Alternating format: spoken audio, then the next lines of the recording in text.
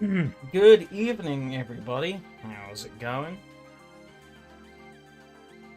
We are just getting lots bits ready, and we should be good to go.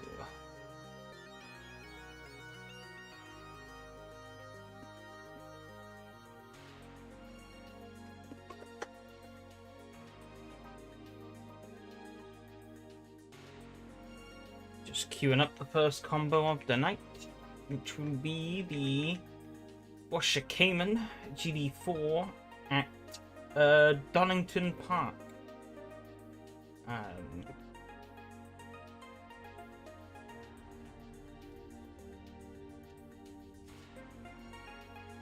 Wait, that is all.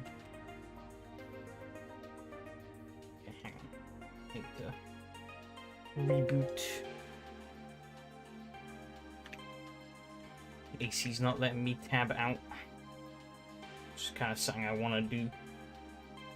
But yeah. So first race of the night, Porsche Cayman GD4, ClubSport, fixed setup at Donny National. Then we'll be hopping over to, well, this one will be a short race, only 15 minutes. It's a good little warm-up sprint. Then we'll obviously have a bit more downtime than usual, but that's good because the next race is going to be Top Cars at Portimao, but that's going to be a longer race than usual. So, kind of a bit of a balancing, actually. I thought it made more sense have this race be shorter, given that we're having the main race be longer.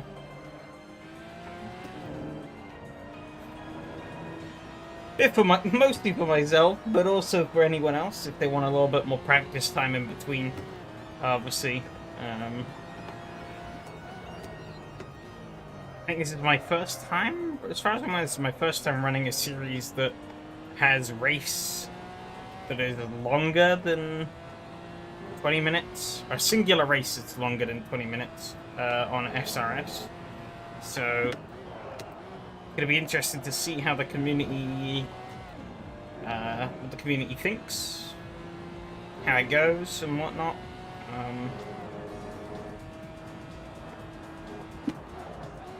I did do that poll, and I questioned if people wanted to do hour races, but I kind of thought jumping straight from like 20 minutes to an hour is quite a big jump. So I would go with the middle ground with 45 minutes first and kind of see where people are at. And if it works, then good. We can try and do the full.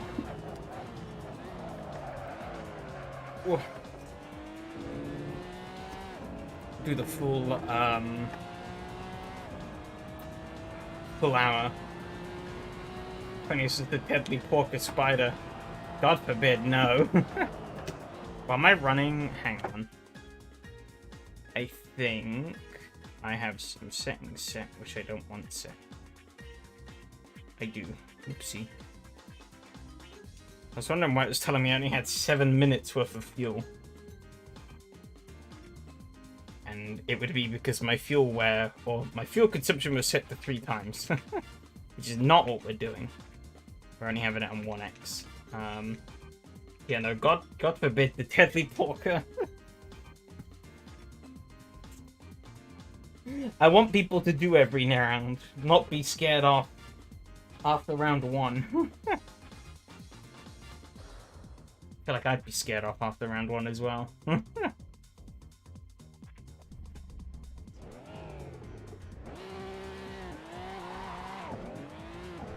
Car isn't really what I'd call pleasant to drive. But what a round it would be. Not wrong. I was hoping I'd maybe come up with something a little more interesting for this this like earlier sprint series. But things got in the way, so I was just like, I'll just use this. I didn't really have the time to test anything else out in the end. I was hoping I could use Thursday, Friday. But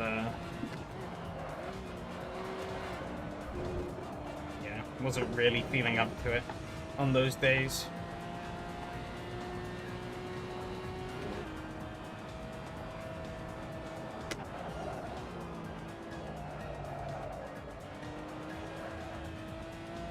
No, it started to heat up again all of a sudden.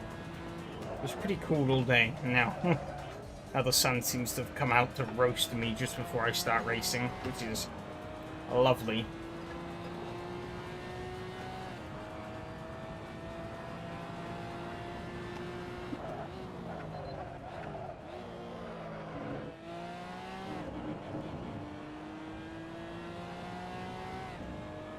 That's right in the ghost from last time.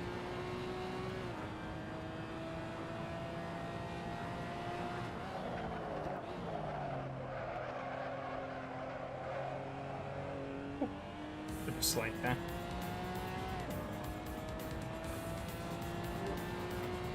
Yeah, 22 minutes is a bit more reasonable.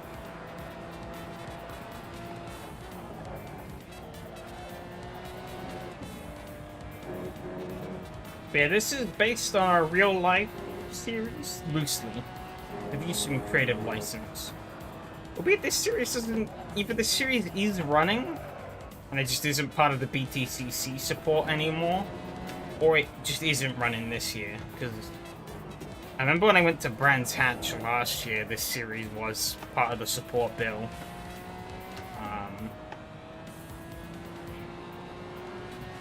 But it's not. Oh, I fucked the brake. Okay.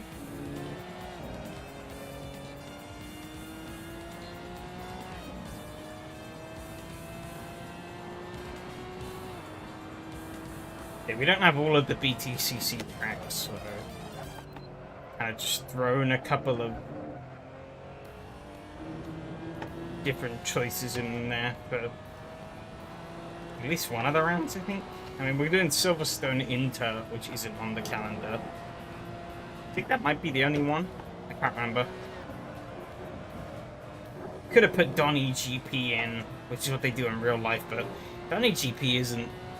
It's not really that much different. Could have done Brands Hatch GP as well, because they also do that. But... Well, I'll just keep it to Indy. And at least, you know, the two Silverstone layouts are pretty much completely different.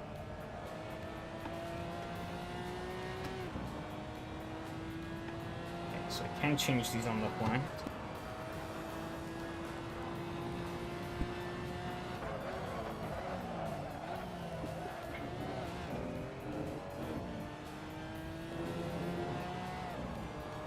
Yeah, I really can't change the brake bias on the fly. Okay. Interesting.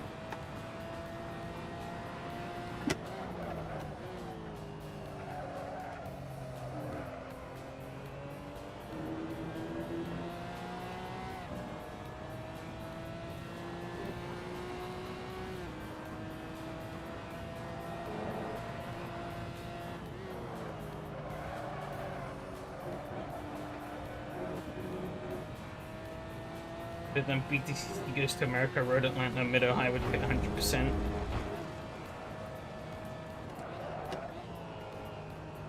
Maybe. Albeit I do American checks quite a lot, so...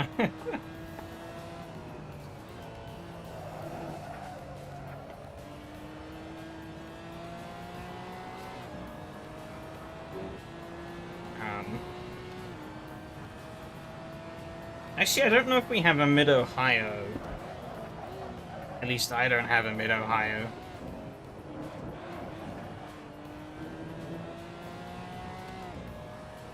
I fucked that up though. That's gonna kill me. Oh, just faster still.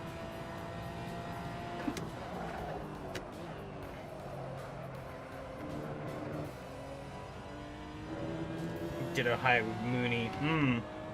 I don't know if that would be a version that would be Enrique approved, though, yeah.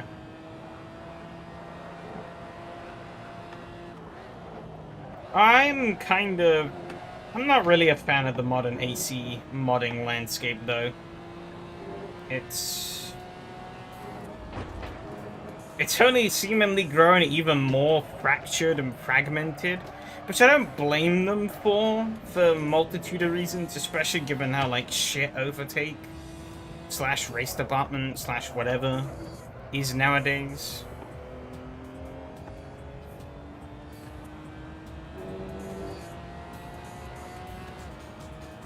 But now with, like, CSP as well becoming more and more and more of a prevalent thing in mods are now becoming a bit of a compatibility nightmare.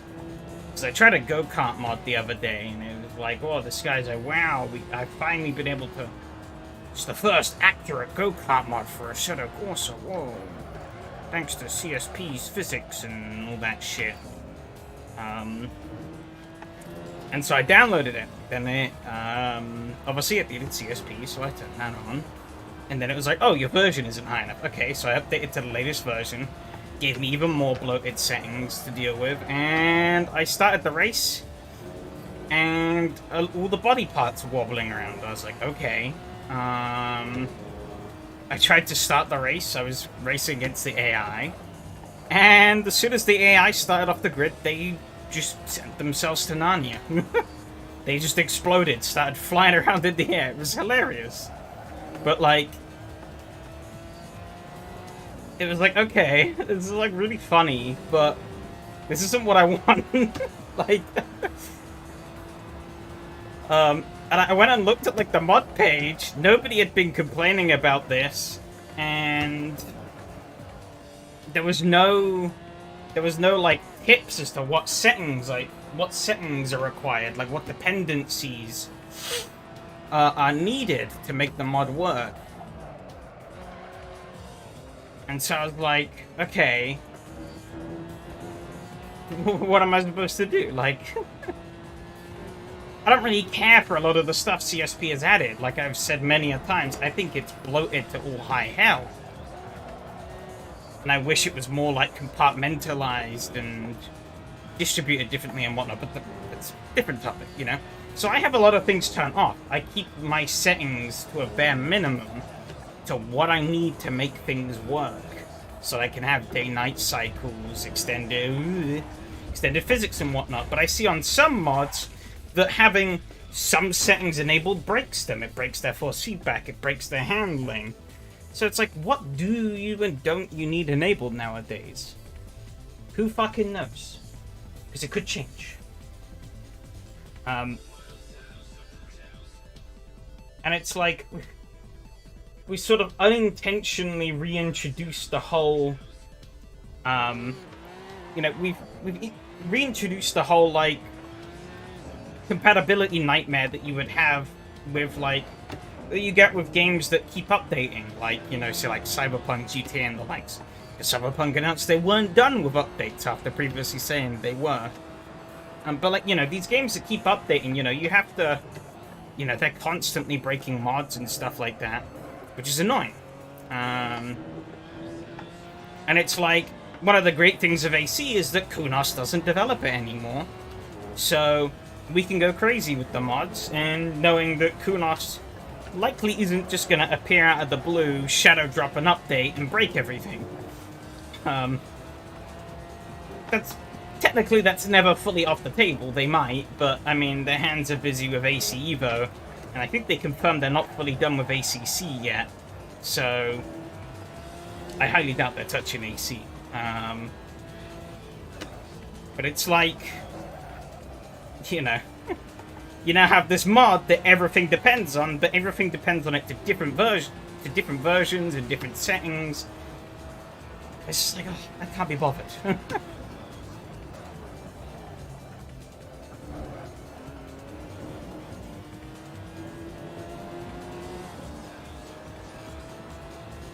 Putting the mod connected apart. Exactly.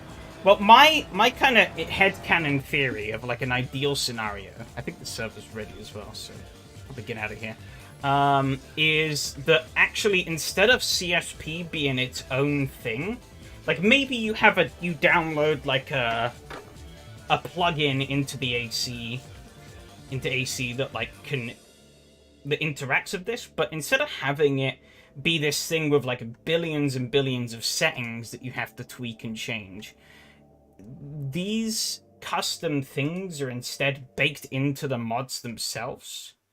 Because like at the moment, right, he adds new features and stuff, and it's like, okay.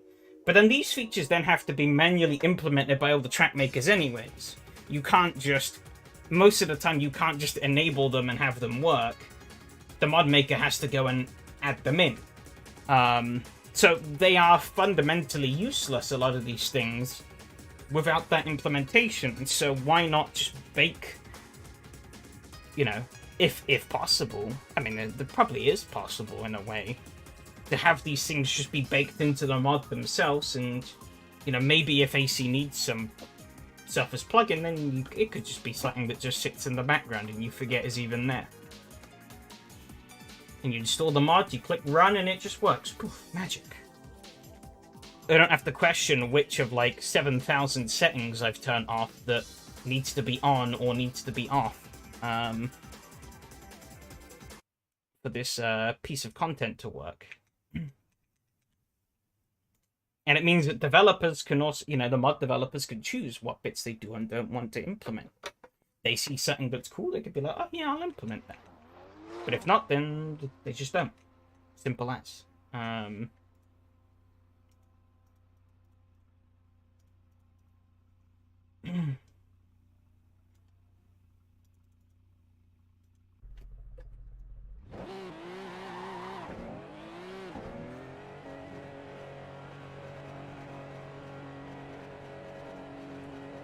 But yeah, I mean, I don't really, to be honest, outside of, well, in general, I don't check the mods that much these days. I largely just check mods for new SRS series. Because, you know, like, we have a lot of content that we use throughout the years, but A, not all of that content is good, and B, it's always good to check new stuff and see, like, if there is anything interesting. And it's like, it's just hard to find. I'm just not really finding much good stuff lately. Partly because of Overtake being shit, and partly because of other reasons. Partly mod makers, well, sadly, mod makers usually comes with some sort of ego that prevents them from working with other modders. I mean, yeah, it's kind of sadly true in a lot of places.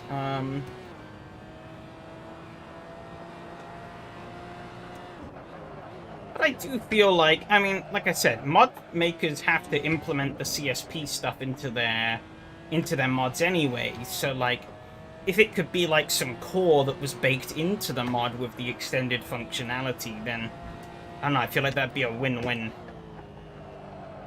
for everyone.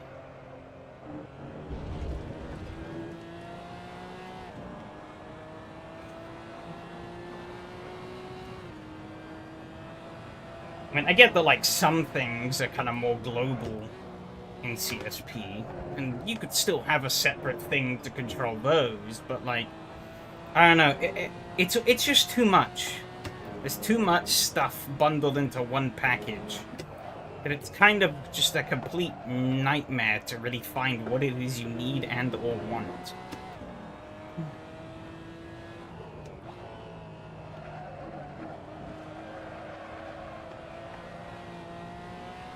You know, it's great for some people who want that level of control and configuration. But, like, I don't really play AC that as much these days as I used to. You know, I still play it every week for this, but this is basically all I do. And if I'm playing offline stuff, I'm usually just testing for new series. So basically, like, I'm either running races or I'm testing for races. There's no real in between. I don't often really go and do like casual stuff nowadays, so it's like I don't really have the energy to sit around and spend hours fiddling with combos and settings. Any car physics should be part of the karma. Exactly. Yeah, that's kind of basically what I mean. I just noticed this isn't. Oh no, it is. It is. Okay. It was going crazy. I think I can take some fuel out. I don't need all of it. That might still be too much even.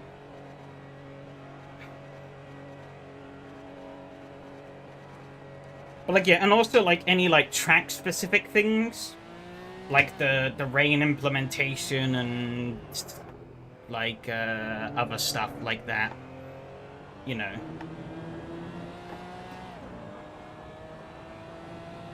And that's actually what a lot of other modding communities do. They have like a 0% brake power. Yeah, they're crazy. Yeah, I don't even think it will go that low. Probably only drop to like 70% or so. God, I like some front locking.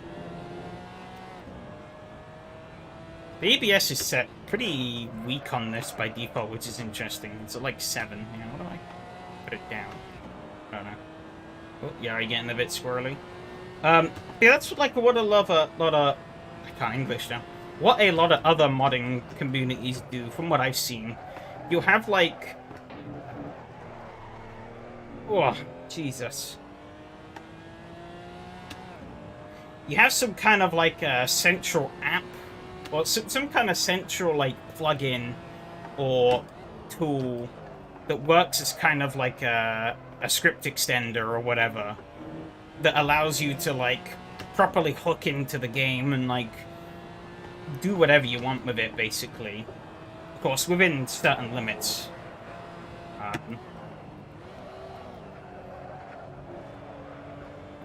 And then like all the other mods just have that functionality. All the custom shit is just baked into them. So you just download the mod, install it, and voila. It works as you want it to.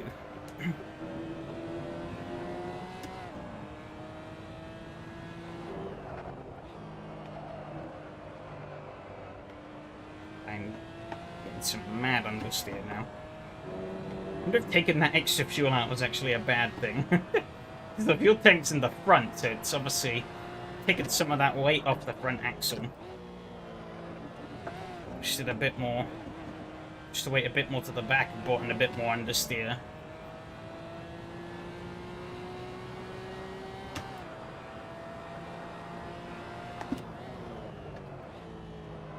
The second provisioning this, that's not too bad. Also could just be the lack of track grip, to be honest. We are at 95% still.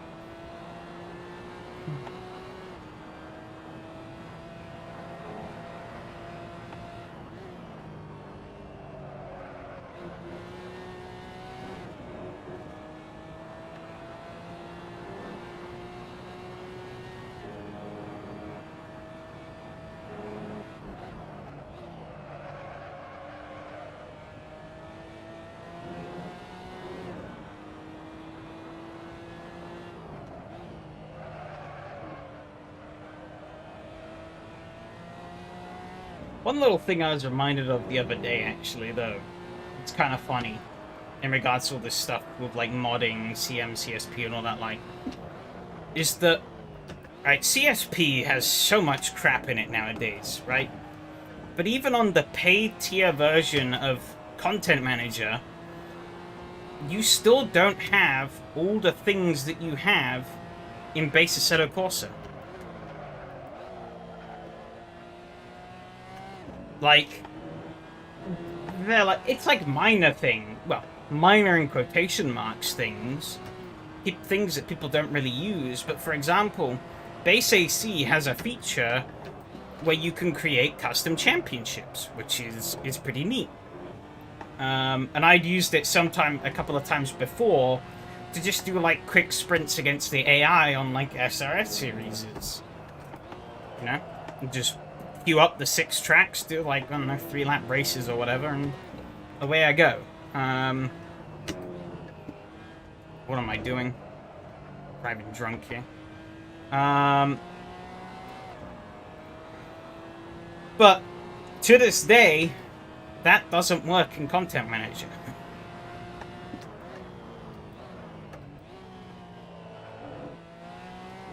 I don't know if there's any challenges regarding that, but I mean, he's had plenty of time to work on it.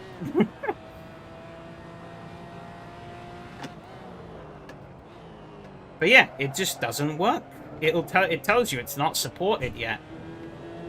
And it's like, then you click on the custom shaders patch tab, and you're greeted with like millions of different categories and settings and switches that only go up every month. And it's like, yeah. Was your first thought really not to just like get all of AC's functionality going?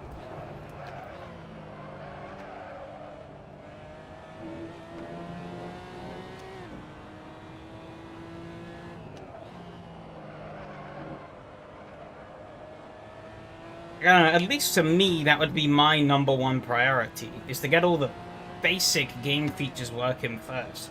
Preservation first. You know, custom fuckery later, sort of deal.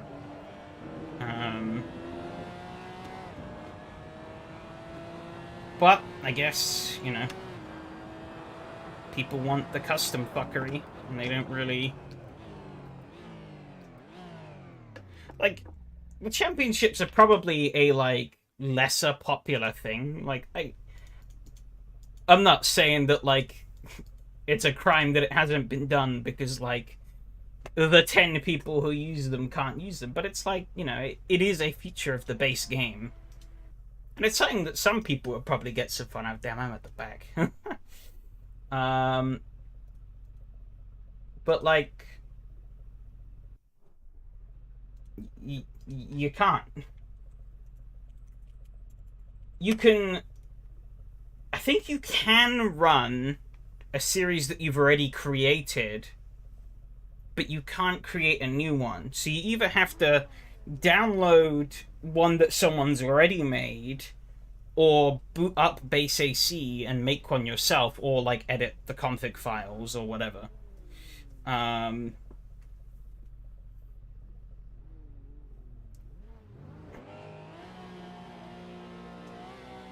But I thought that was kind of funny.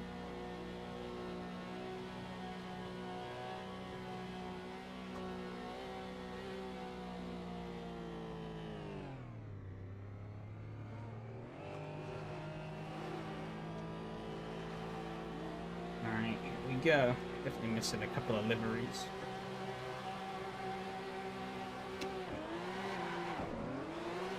Reminds you of George from the R3 dev team. In this season, kept track of everything in a Google spreadsheet because that stuff wasn't in the game.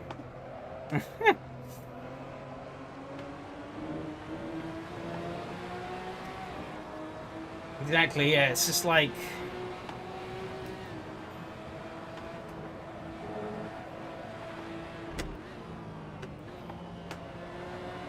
If the feature's there, make it work.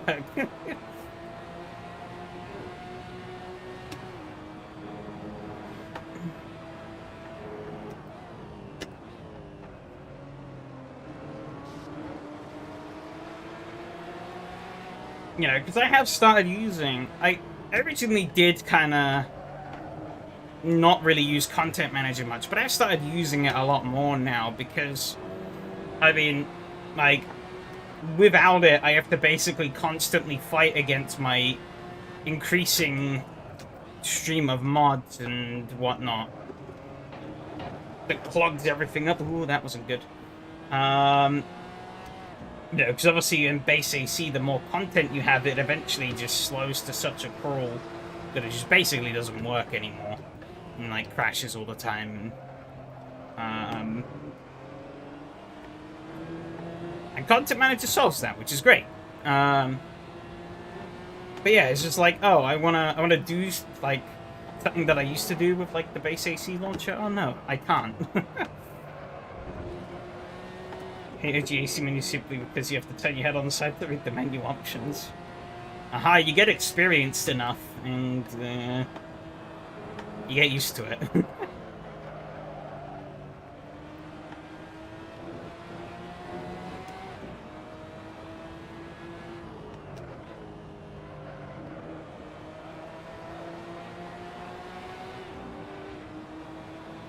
I mean, it's like I play this one game that, well, it's actually an expansion or expanded version of a game, but that expansion or expanded version only released in Japan, so they had the confirm buttons the wrong way around. So I swapped them back, and I played the game so much now that it feels weird having them the right way around again. I just never read the UI that says that they're the wrong way around, so I forget it's even a thing half the time. So like, if you get used to something, it eventually just kind of is like, eh. You know where to go, you don't need to read the menus. Oh,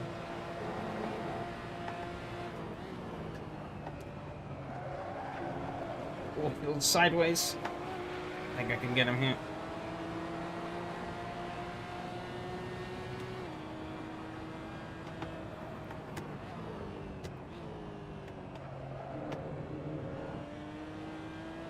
But yeah, like, I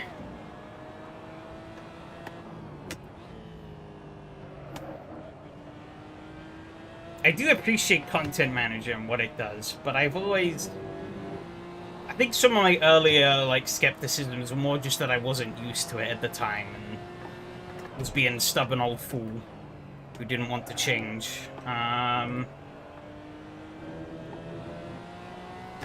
Content Manager as a thing is good. It solves a genuine problem with AC.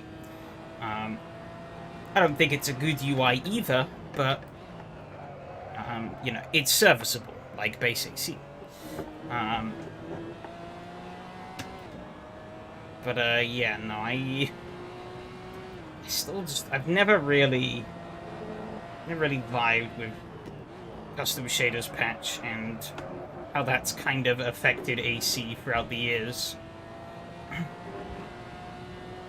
Especially as someone who frequently races on, or who spends most of my time on the game racing online.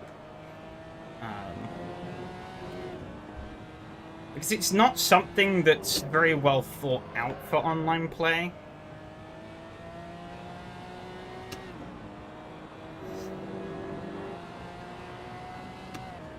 Given that for, like, optimal online experiences, in quotation marks, ideally, you want the client to be in control of as little as possible, theoretically. Of course, you don't want to do that for many other reasons, but theoretically, to create the optimal online experience, the server should control basically everything.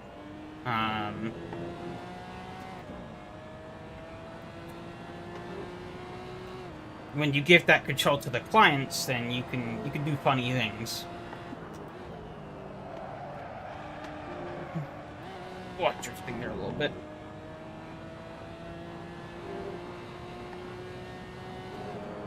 Like, you know, I mean, even in AC, you can just... Oh, it's a night race? Oh, I could just turn weather effects off. Now the nighttime is no more. That was one of the big problems when SRS did the nighttime races. It's... You know, I'll put my hands up and say it's something even I fell foul of. Mine was more of ignorance rather than malice, but, you know... Still, ignorance and laziness, I guess I should say, rather than malice, but, like, you know.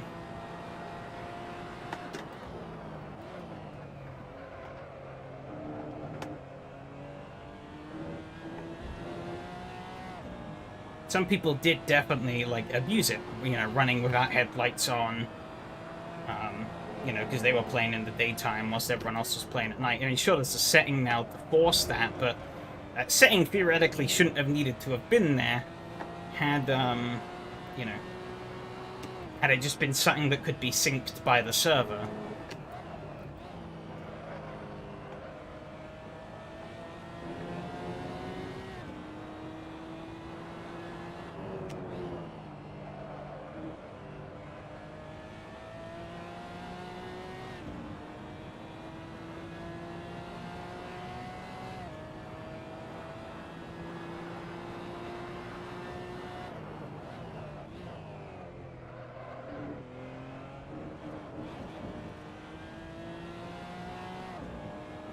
I'm settling into a bit of a groove. Mapping slightly quicker than Yari ahead, which is good. That's 7, about half the race to go though. I still have a potential chance of catching him. This race is only 15 minutes. We'll wait and see if AC Evo solves any of that. I mean, hopefully it should, because a lot of the core things people want from CSP, AC Evo, should theoretically supply out of the box. But the question is, the bigger question is will AC Evo ever top AC? And, well, at the moment, it's definitely not. I don't envy Kunos, because they have basically an impossible task to achieve. But, you know, they have to somehow... To beat AC, they have to... Which is, you know, their own product. They have to somehow convince people that everything they could do on AC, they could do better on AC Evo. And that's... not gonna be easy. Especially given how splintered AC's community is nowadays.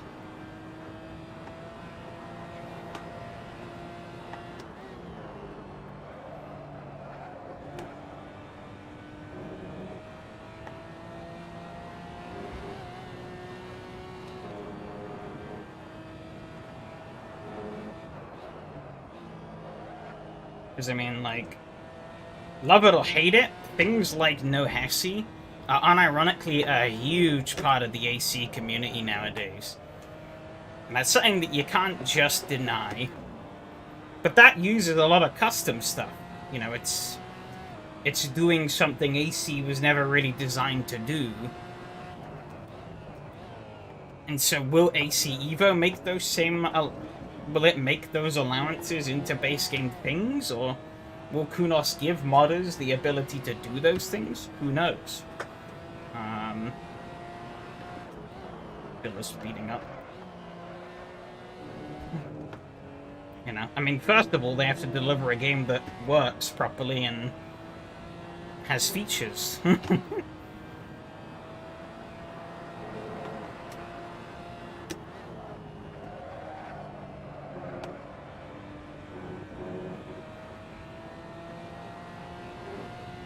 Definitely not something that's going to happen overnight, though, that's for sure. It's going to take a lot of time and a lot of effort from both Kunos and the community. Huh, there's a bunch of jets flying over just then. I don't think I've ever seen that before. Raced here several times. I don't think I've ever seen those jets. So damn, the leaders are side by side.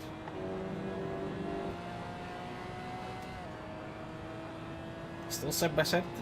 I think they are. No, they sorted themselves out. Shit. Be able to race against paid mods who having to own said paid mods just to join the race. Yeah, that'd be a good thing as well. If they could do that.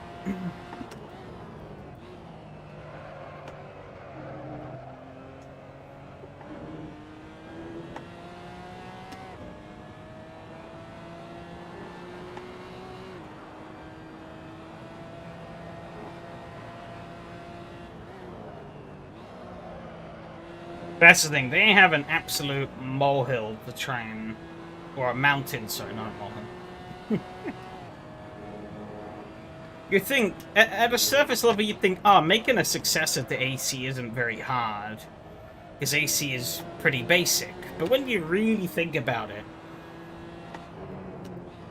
AC is more than just... It's kind of become more than just a simulator nowadays. It's sort of a... Sort of become almost more of like a... I don't know, it's hard to describe. It is kind of more of a platform than a simulator in of itself. Mods we have longer than multi-class, everything is paid mods, hard to justify paying for all of it. Yeah, that definitely is a problem at the moment, is it's like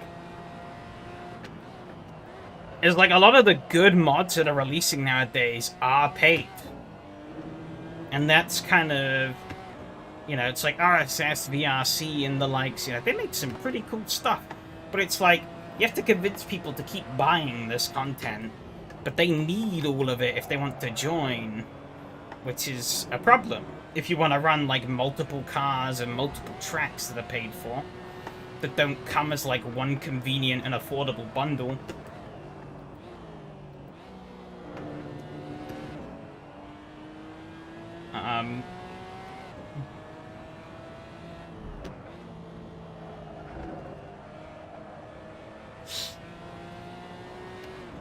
Like, yeah, Monday series, that Donnie Slowbros and the likes are running, actually uses a paid car, the RSS GD3 Porsche, and a paid track later down the line. Oh, Mattia must have bottled it, because he's dropped behind Yari. Shame that me and Phil were too busy fighting there. He's likely gonna fight me again. I think he's gonna go back a bit. You know, because, like, well, yeah, no, so Monday uses, like, some paid content, right? I couldn't attend last night because I was busy with other stuff, but by the sounds of things, the attendance did drop from what they were maybe hoping for compared to previous seasons.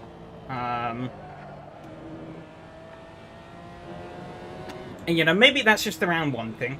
Who knows? But, you know, putting a paid barrier to entry is not really ideal. Even if you say to people that, oh, you know, we'll pay for it for you. People... That raises a couple other problems. Because one, the paywall still exists. People are going to see that and nope out before they even think about the fact that you'd be willing to buy it for them. Oh, Phil spun. Unlucky. Or he's binned it. And also, like, to some people, you know, they kind of, you know, it's almost like a bit of a swallow your pride moment to be in, like, to go to people and be like, hey, could you give me this for free? You know? Could you, like, send me a link to get this? Like, some people just don't wanna do that. Even if they do... could benefit from the help. Mentioned swallowing. Perfect timing, I guess, then. Yeah, that was a big F.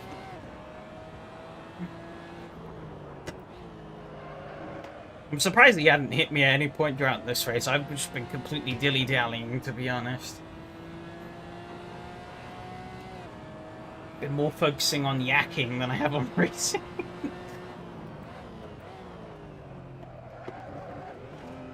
We survived, though.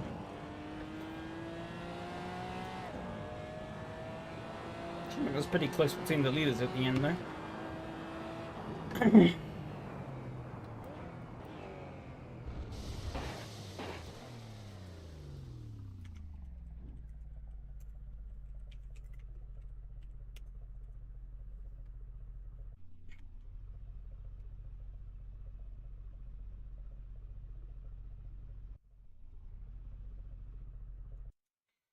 But yeah.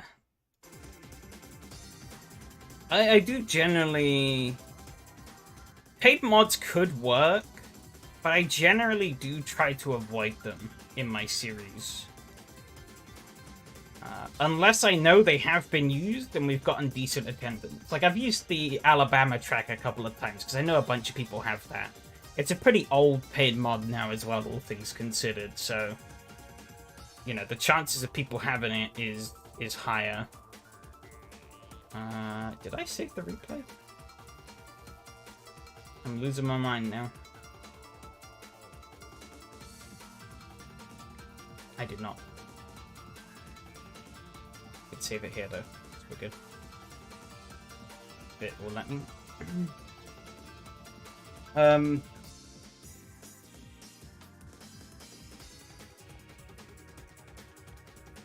Because yeah, it's like with paid mods, you're always taking a bit of a gamble as to like, sure, these mods may be popular, but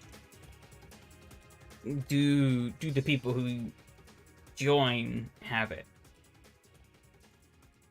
Because while getting new people in is always nice, you ideally want to appeal to your sort of core audience first. because they're the ones who you can rely on to keep turning up. You know, new people turn up once and they may never turn up again. But if you can keep a strong core, then you're golden. Why is this not working? I think my content manager is broken. Let me reopen it. Okay, keep. There we go. Wasn't letting me save the replay. Every time I just opened the page, it would just appear blank. But we got it.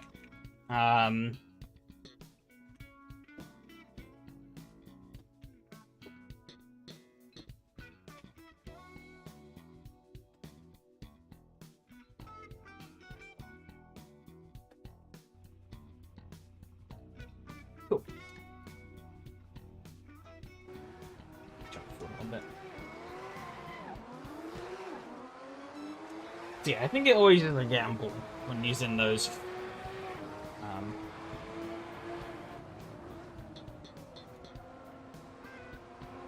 Because you never know if it's gonna really work out or not. I didn't get too bad of a start, all things considered, but then I forget what I did. I messed up somewhere.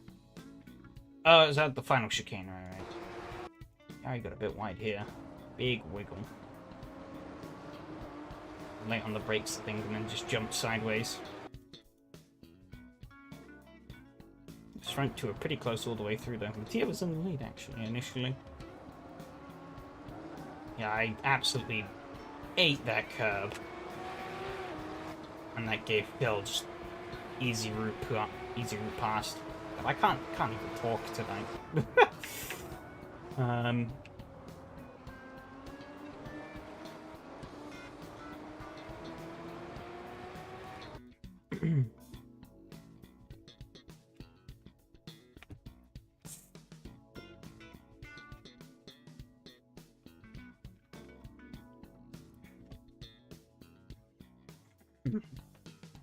But yeah, by this point, we pretty much already split into two groups here. Phil went wide, I got him back nice and easy. And that was pretty much it for our race until later on. Let's see, Mattia got past Mattia at some point. And Yari dropped off quite a bit from these two. Ooh, that was a big slide there. He was just late getting in. Damn.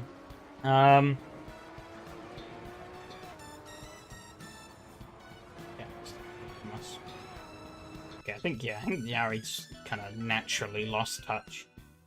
He wasn't quick enough. Keep up with the two of them, yeah. Made some scraps near the end, yeah. I'd figured. So let's see how this goes.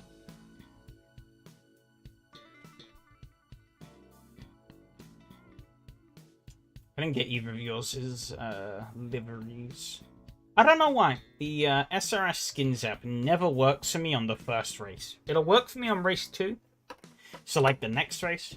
But on this first race, never actually does anything. I'm not sure why.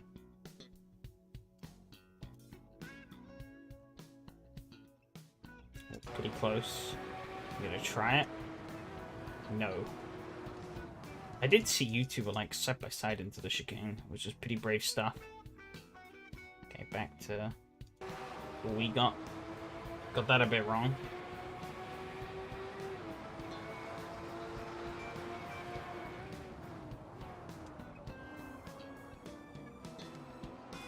Not quite.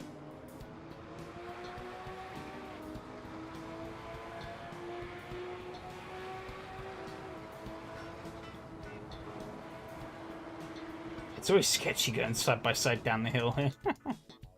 Oh, nearly on the cutback. We lost 3 seconds. I can imagine going like side by side constantly and fighting. You lose a lot of time. Yeah, Yaya's right on top of you two at the end. Yeah, you see him closing up. Here we go, yeah, side by side into the chicane. Who wins? Kind of hard for me to tell all the way back there. Mattia. Okay. Guess yeah, inside wins. I think both of you slid up big time into the chicane. Now allowed him to catch nicely up. I think something happened to Mattia though, because he dropped the third, didn't he? So put it on with him. Whoop! A bit of a cheeky track extension there. Didn't end too badly though.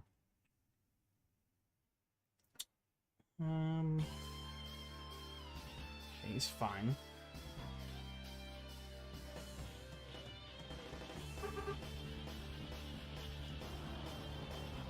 Nice little dive. Ooh. Okay.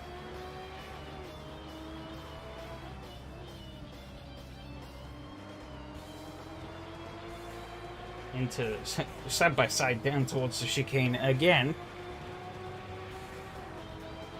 I didn't see this bit, but I think that was because Phil was right on top of me. It's ahead. Oh, risked it. Oh, I'm all over that curb.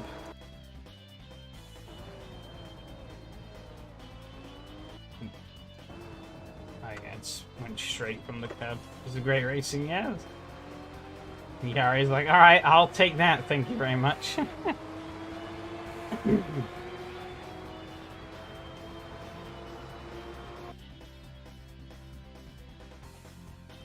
And does he challenge? No, Mattia's gonna challenge him. Me and Phil got pretty close towards the end as well, but didn't end so great for Phil.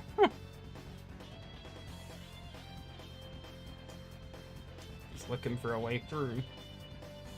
Can't quite seem to find it.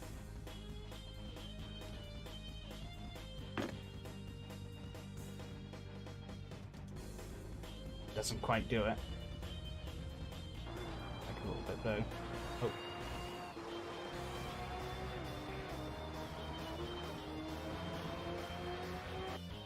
He sort of caught right up to me at this point. He was sort of trying. Didn't quite make it work here. Backed out of it there.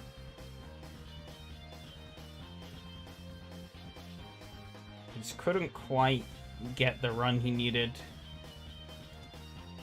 However, I think it's up here. What happened? Is it this lap? Oh, that's unlucky. He just got to bounce off of the corner from that suspension and bang into the wall. Oof. That's unlucky. Yeah, the suspension on these cars is really stiff. It can just be a characteristically Porsche thing. Because the GT3 Cup car I know is the same.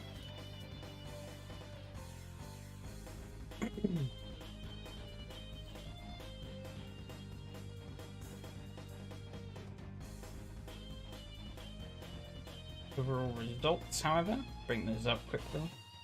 Nice and quick today, because I don't really need to look at the championship.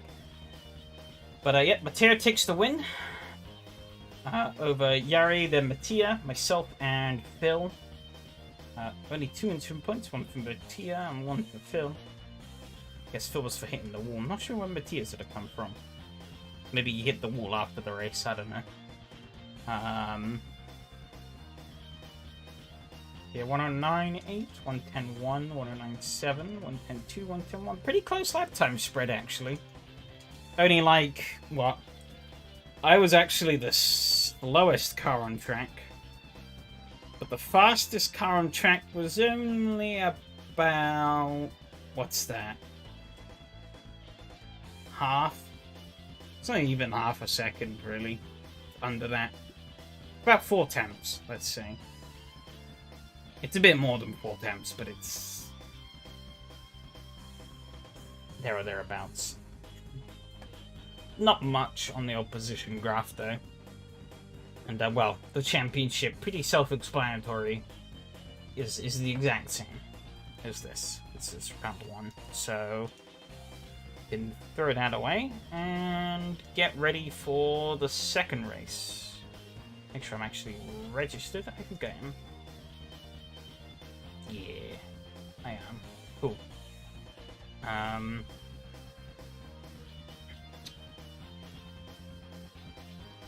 So this next race is going to be a 45-minute job.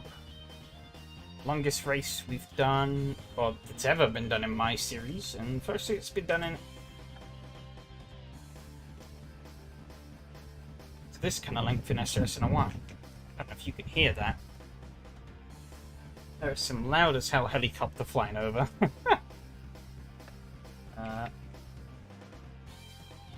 Racing at the better Portimao. In the good old top cars. So let's bring them out. And let's just go.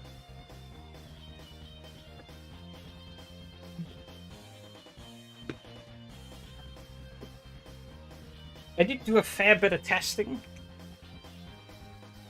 By a fair bit, I mean I did effectively one full-length race. Which is more testing than I usually do.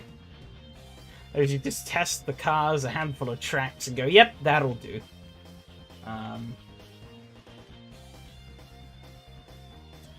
And it doesn't seem to... Okay, there we go. Did I save the setup at all? No, I didn't. Bugger. I didn't do anything. Okay. I need to remember...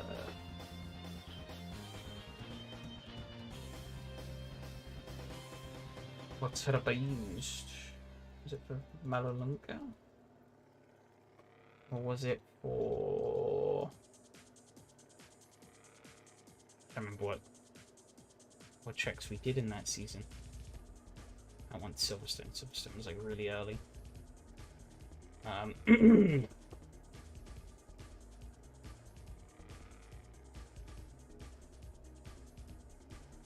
Hello there. How's it going? I have too many tracks in AC. Oh yeah, I forgot we did Martinsville. That was fun. What was that last track we did? Solitude. That's it. I remember now. Solitude, 1967. I think that might be a better setup for here. So remember that track was quite varied and flowing. Portimao 2023. We're just going to save that here. I don't think I need that much top end though, because I could dial that back a little bit. Has a bit more downforce than maybe we'll want, but we can work on that. We can work on that. I actually want to put in the fuel tank of fuel as well. Do I have a setup for the Mitsubishi? No, I don't. But I do have a setup for the... for the Ford. And they're all the same car. So... fundamentally. Well, I don't really have a setup for the Ford. It's just what I used last season at a completely different track. But it's probably better than the default.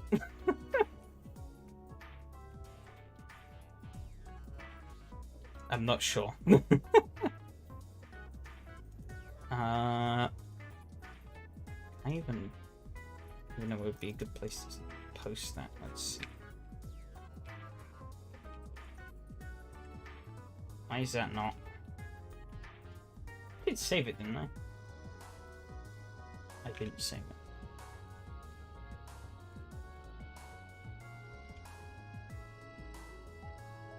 I'm looking at the wrong track folder. That'd be why.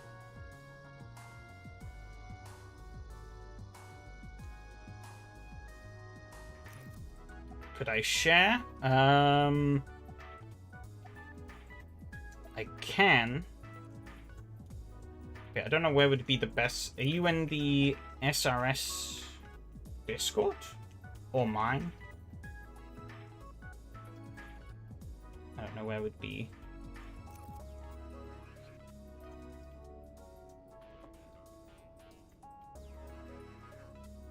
You'll message me. Okay. You will need to... I think you'll need to go in and change the car model at the bottom. To just say, like, Mitsubishi Lancer, because it says Ford Mondeo. But it should be... Everything else should be the same. As far as I'm aware, every car is identical. You might need to tweak a few things, but I think it should be a pretty stable setup, all things considered.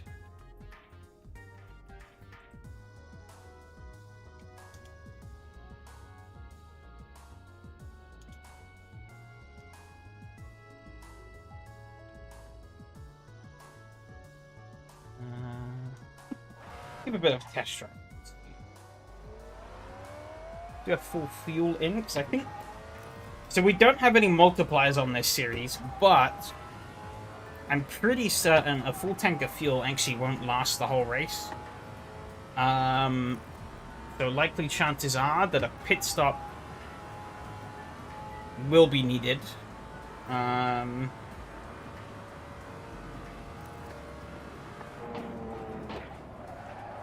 I've overcooked that. Okay, I think I want slightly... You can see that the brakes look really far back. Push them slightly further forward. Be a bit better, I think. We take off a rear wing click as well. I don't know. I'm guessing. I am guessing. Okay. Did I save that? Let me check. Okay.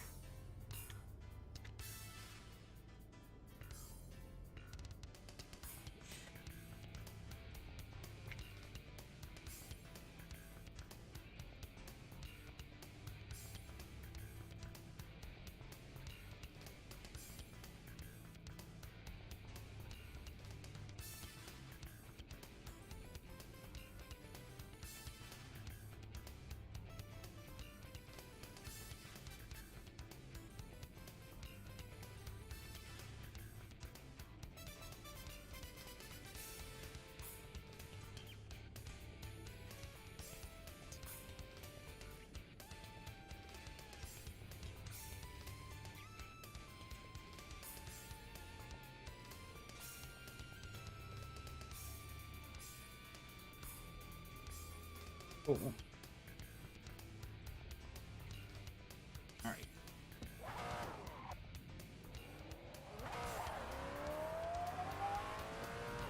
This is where I realize I've given him a dud setup because I just die all the time. I don't think so. I think this was the setup I was using when I was testing. I can't remember. I should have saved what I was using when I tested. That would have been the smart thing to do. Me not very smart though.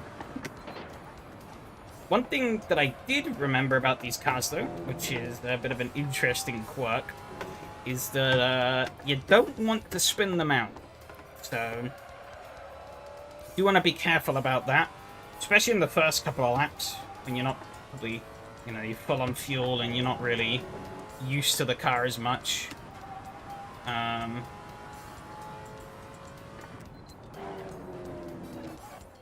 It is, but like sometimes I don't find that to be very reliable. Sometimes. I also think I booted up. I think that might have gotten overwritten as well, because to get the thumbnails on SRS, I would have booted up the track with some AI and just like I wouldn't even bother loading a setup because I just let the AI drive around and then I take a screenshot.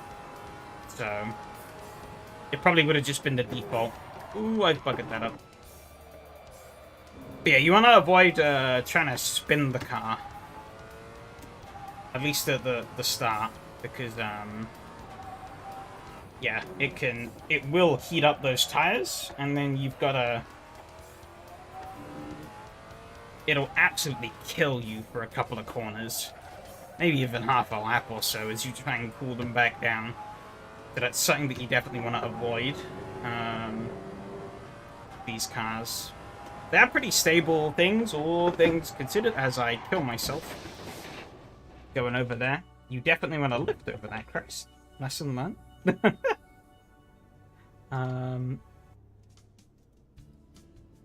Okay, the front tire was saying it was a little overpressured, so we'll knock that down a couple of clicks. I think everything else was saying it was pretty much okay, though. I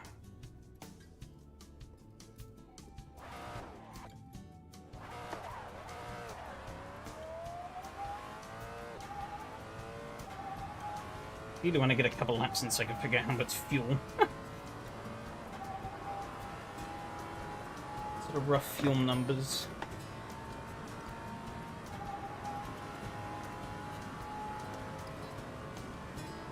Yeah, we will eat through the tires as well throughout the race. Which is another thing to be wary of.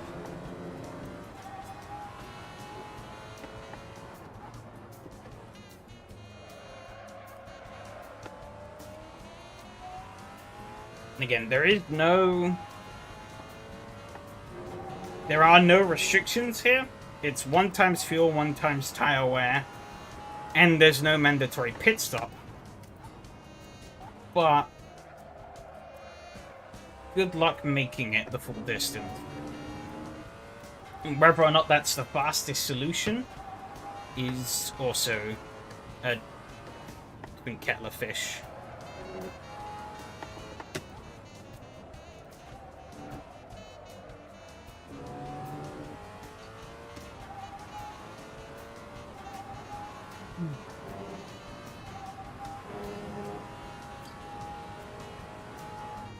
I always struggle with this corner.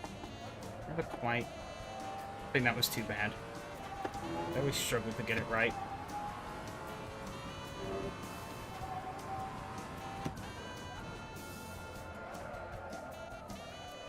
I'll break myself there.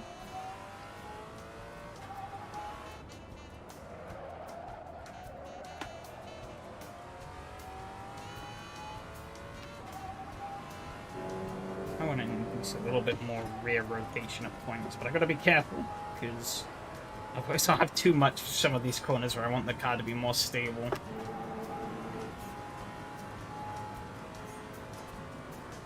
Could put up the downforce, but that's not a me thing to do.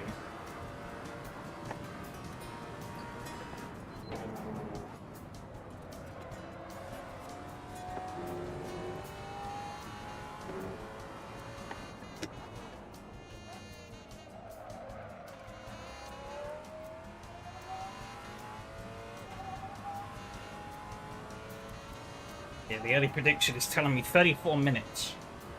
And that's a 45-minute race, so...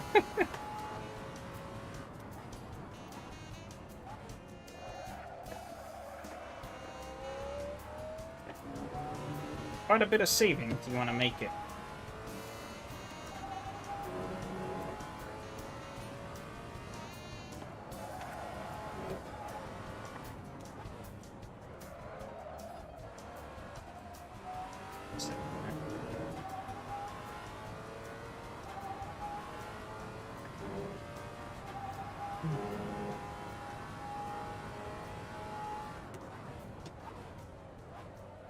One of those interesting cars, though, where at first it can be a little unforgiving if you're not used to it, especially of how punishing it can be if you spin.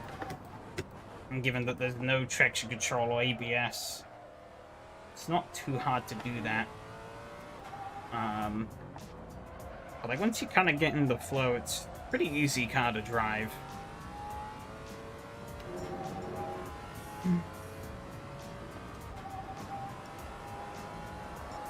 Mind my steering over that rise. That can put me off a bit.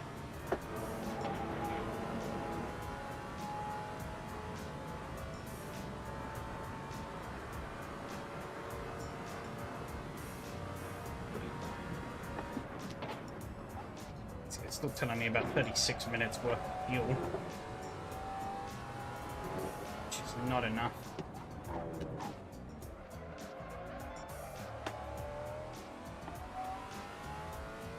Bear in mind, I've only completed 2 laps so far.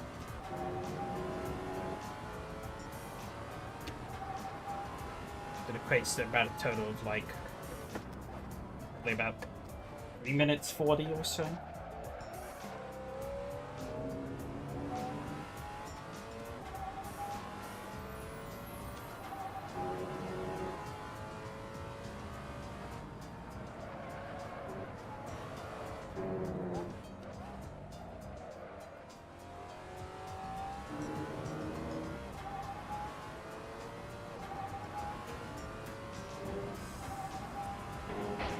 This thing.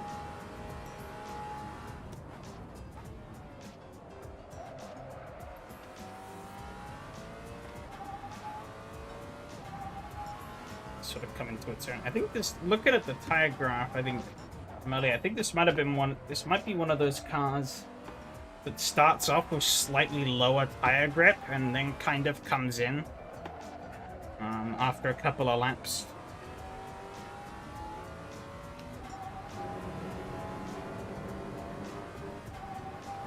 I think, if I remember correctly, the bars weren't exactly full when I started, but now they are.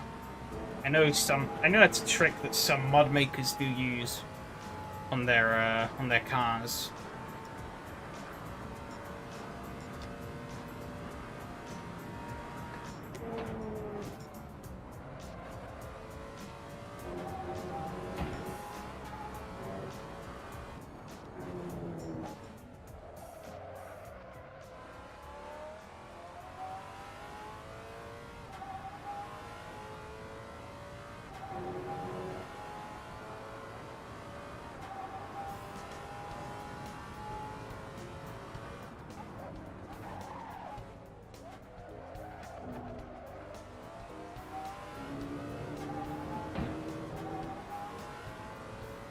I tested that, I did find that the tires were pretty shagged after 45 minutes.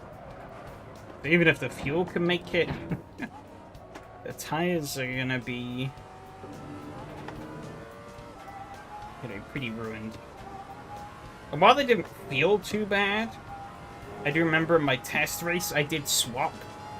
I topped up fuel and put some tires on, and was like a second faster, I think. Now, those aren't the most reliable numbers, but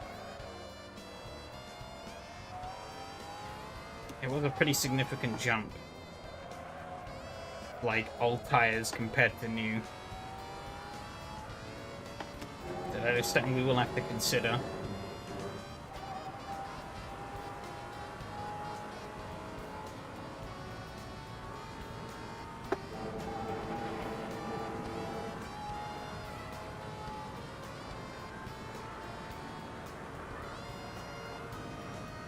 Getting steadily quicker and quicker each lap, though, which is good.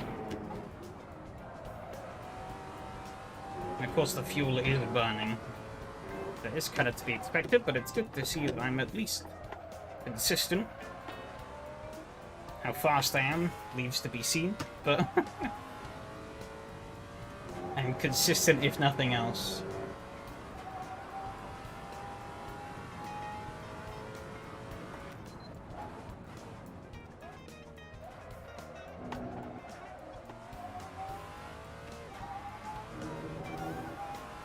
However, I do need to make a couple of quick changes here.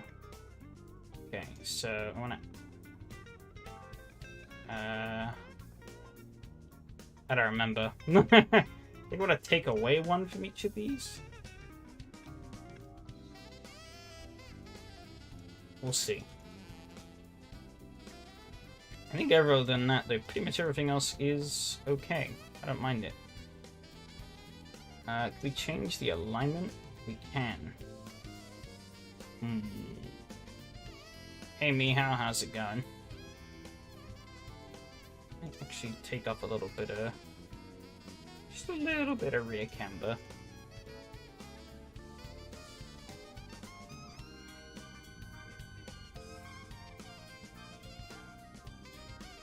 I'll leave it there for now, because I want to actually go and quickly use the restroom. So, given that we're about to start, so give me a couple of seconds, and I will be back.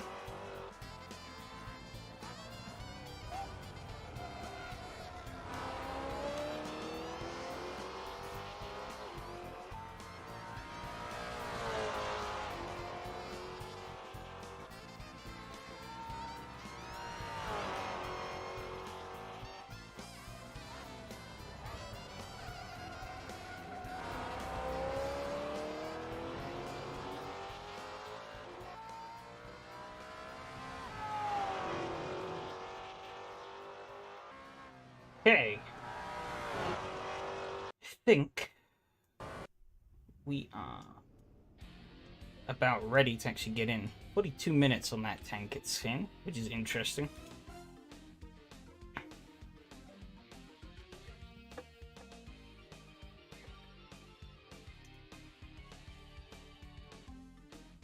was hoping I did save that. Yeah. Okay. Let's get the server up. And then hopefully should be ready to go. Oh.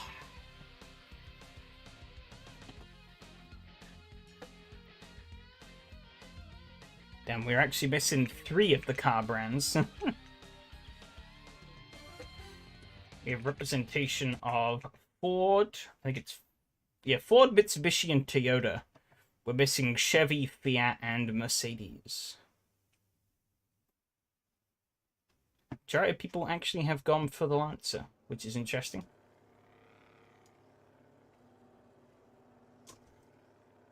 Oh, technically one of the Camrys is SRS TV. That's kind of funny. There's actually isn't as many. Okay, let's test the camber removal just a little bit.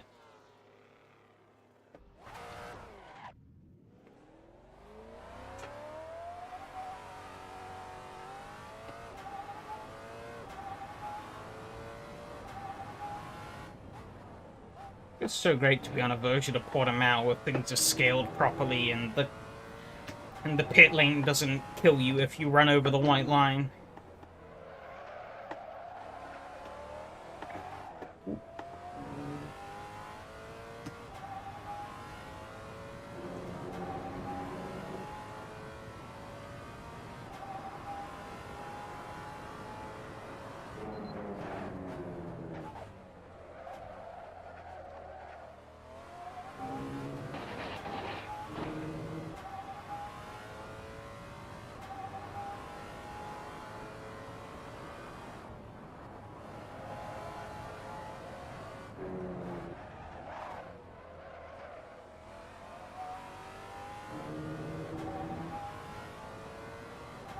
Big old snapper there.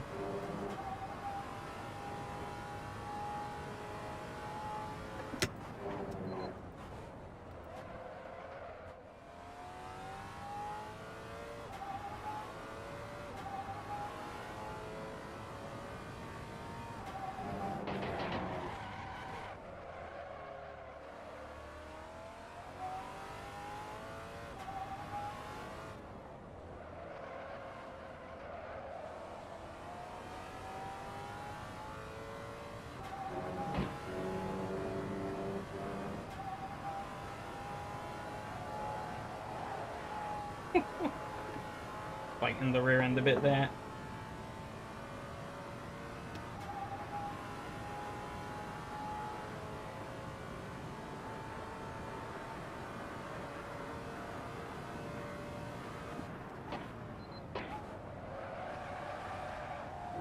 Oh yeah, that rear skeeted up.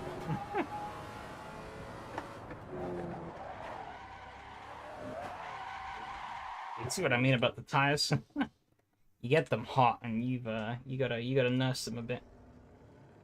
Sound like no dampers or very low? We are pretty low, but it's pretty much fine. I don't think there's much wrong. The height bit, I will put these back up just in case that was what was sort of screwing me there. I'll bump that up, see what does to help. Your track is white. Huh. I have no idea what that could be.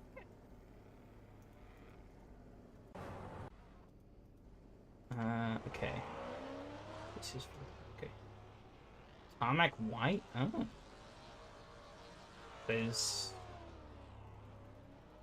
very bizarre. Not white for me.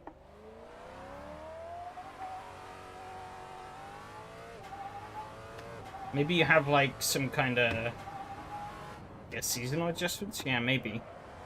Yeah, some kind of track skin or something. Fuck.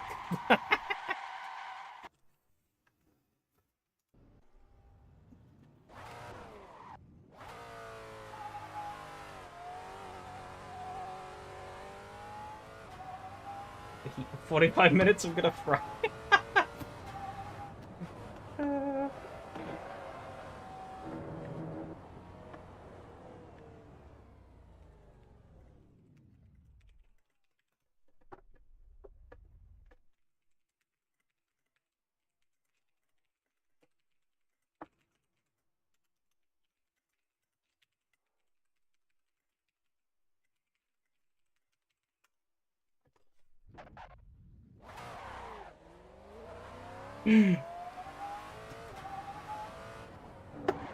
Actually get to setting a lap time.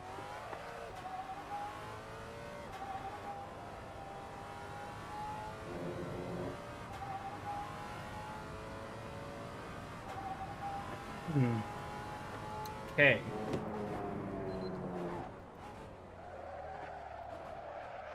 Oh, I dropped down the first gear. Gotta get this temperature back in the tires though. Set at the side of the track and they're cold. Yeah, it's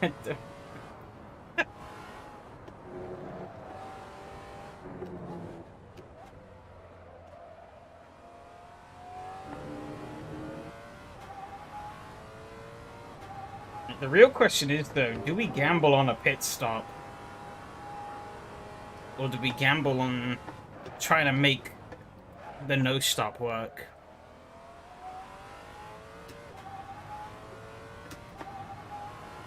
That's the real question.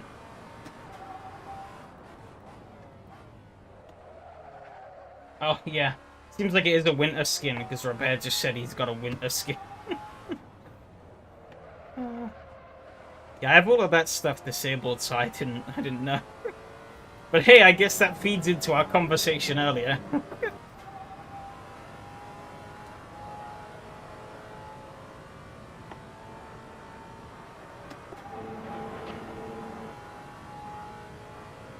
About the sort of hot mess that is current day AC modding and the compatibility nightmare caused by CSP.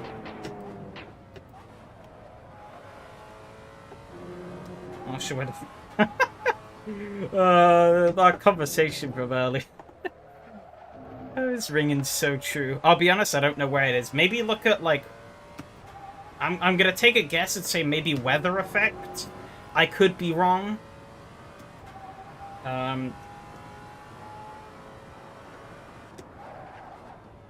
Some of the others who are a bit more versed in all of CSP settings might be able to give better advice, though.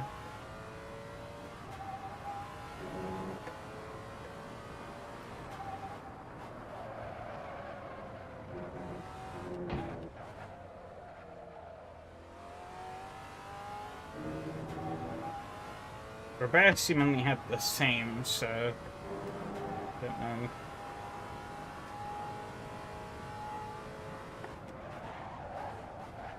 Oh, fucking hell.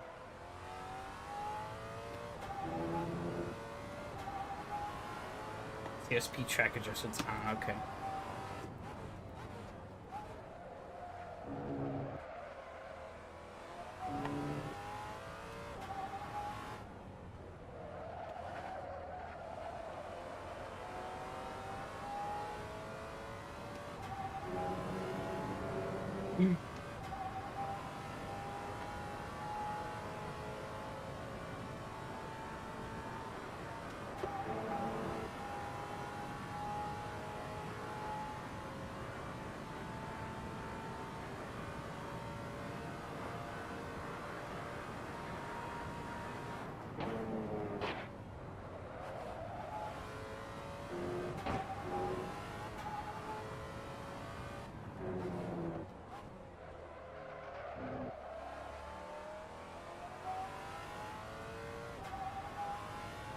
Original parts? Too bad.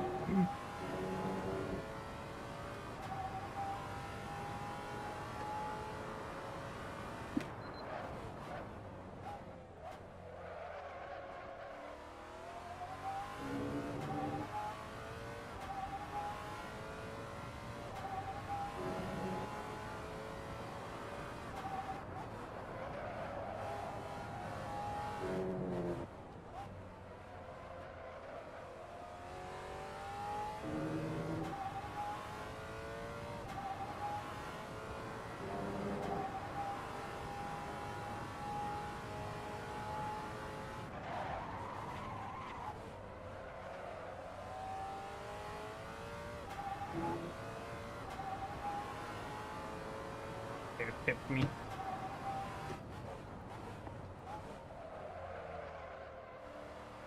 Shuffle the brake bias back a little bit now that I think I'm getting a bit more confident in the car. Try it. Oh, that's the wrong dial. That's the turbo dial.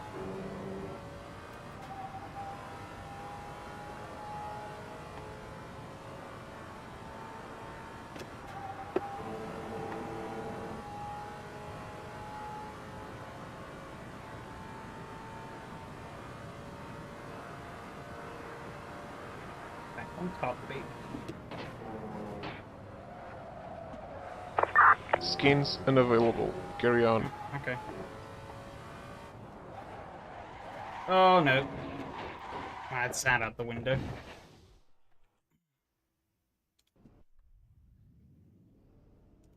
I just have to hope that's enough. Probably won't be. The tail will likely get me back. Okay, 38 minutes though. We're doing so. Let's see. 45 divided by 149, which is 5 times by 60 divided by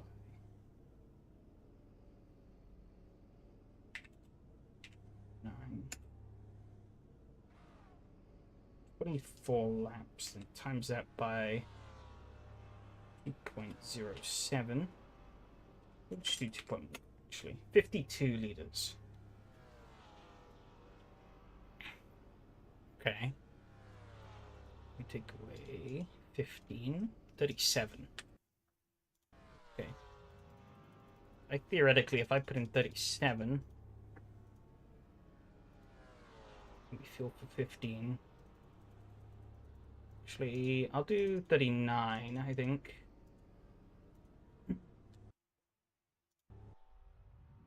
And then what are the tire pressures? 25, 25, 24, 25. Okay.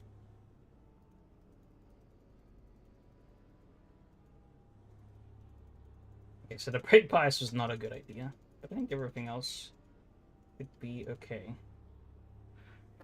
The whole provisional poll. Matteo likely is on course to beat that. Yari might be on course to beat that as well. We'll see. Robert might be on course to beat that also. Everyone at the minute is improving besides Phil and, of course, myself, who sat in the pit lane. Cheers for luck, I will need it.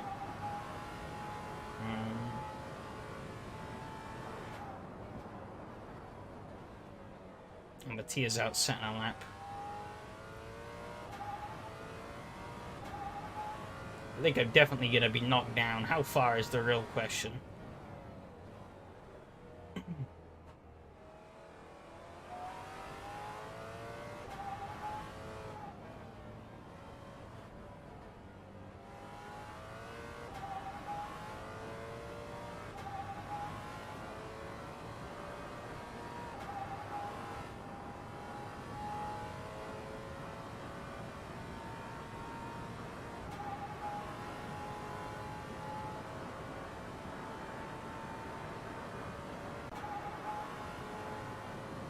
Did I do it? He doesn't. Mateo's gonna do it though, I think. Yeah, only just though. Ooh.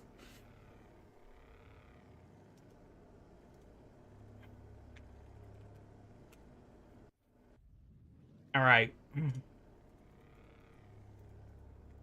We are throwing a huge gamble. But I'm going for it. I'm not convinced this is gonna work.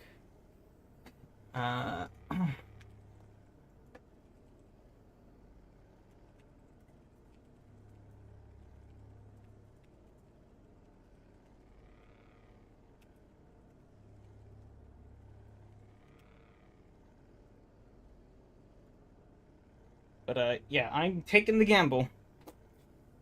I'm gonna go for the pit stop.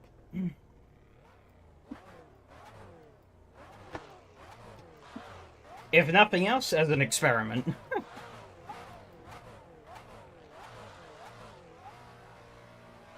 However, this does mean I can be full push all the way.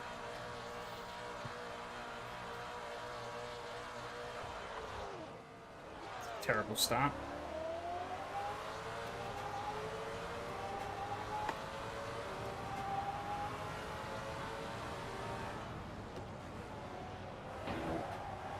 Oh, a big wiggle. That wasn't ideal.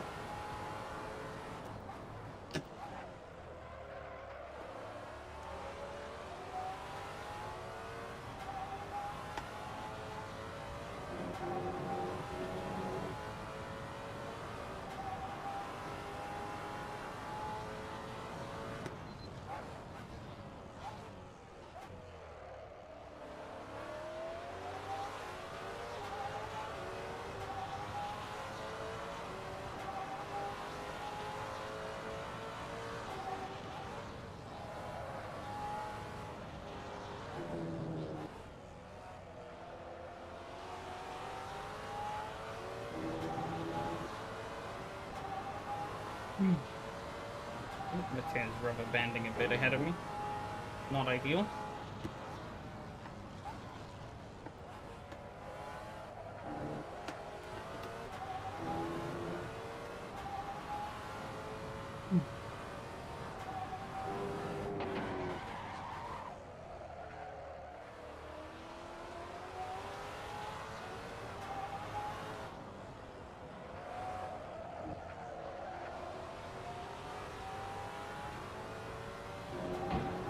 Throttle earlier. Careful over the crest. I think we should get a bit of slipstream. This is good. We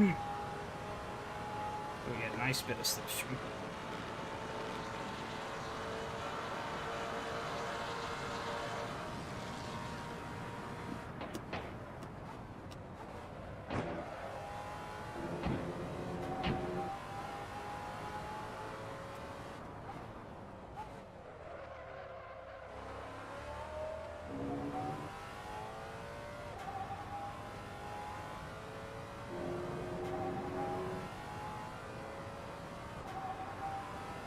Okay.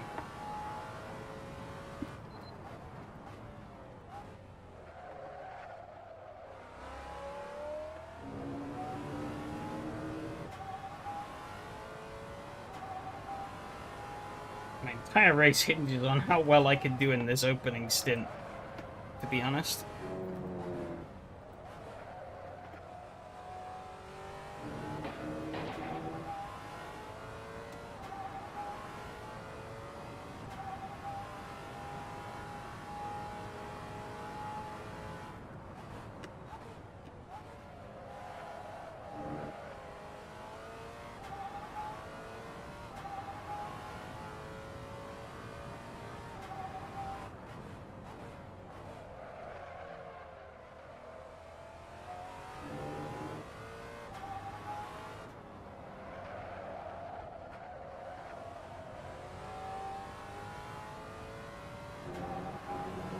So far, so good, at least. But I need to do some crazy shit, I think, if I want to win this.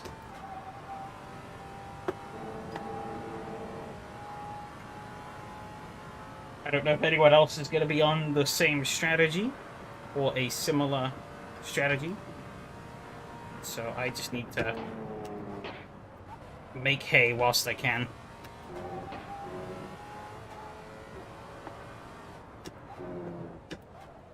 I mean, even if other people are on the same strategy, I want to be the leader on this strategy.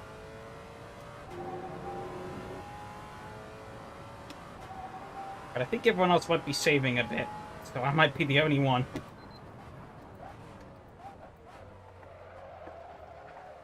Does put a lot of pressure on me not doing things like that.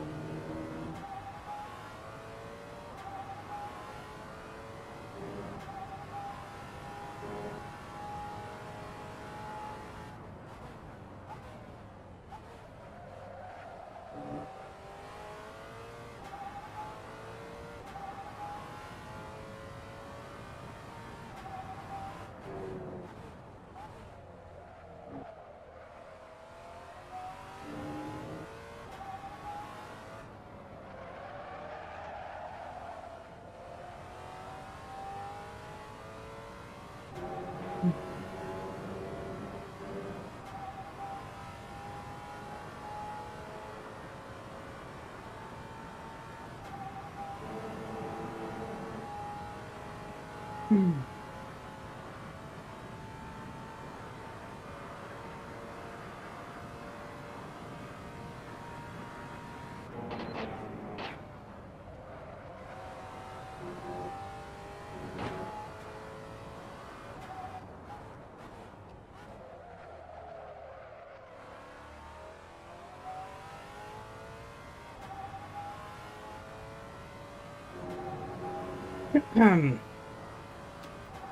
wonder if Yari maybe is on a lesser conservative strategy also. Okay, I should stay in second out of there. I don't know. It's hard to tell.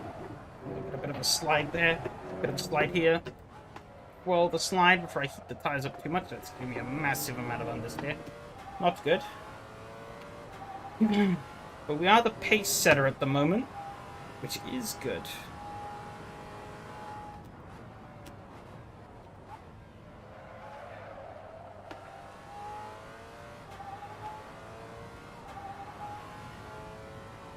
Oh, I think Yari made a mistake.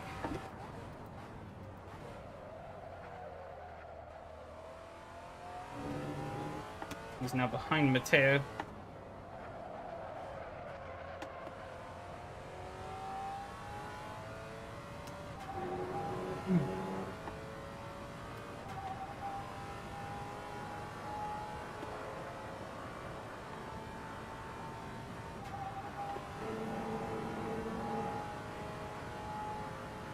But this lap is going to be faster because it was a bit messy. How much slower is it though? 48.6. Okay.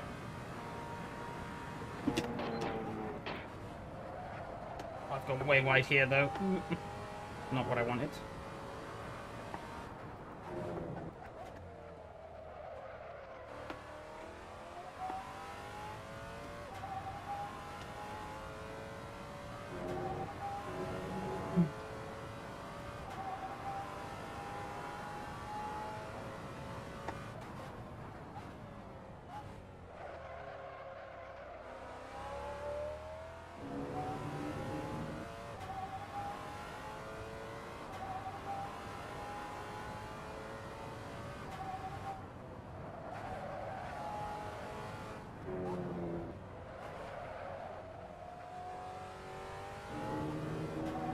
I need to pull away from the script, but I need to pull away far.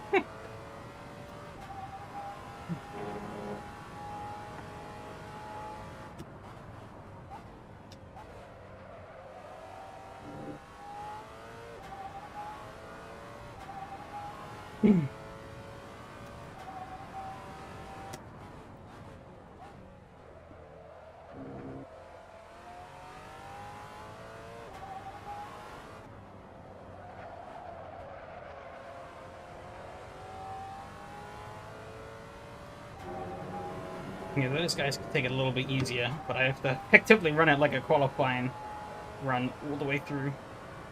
Looks like I plan to lap them all. Well,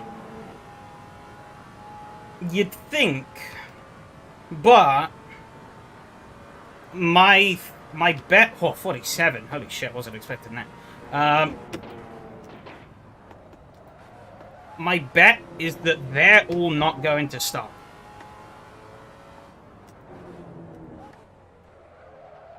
And I am. So I need to be pulling away at around about a second a lap. In order to make this sort of justified.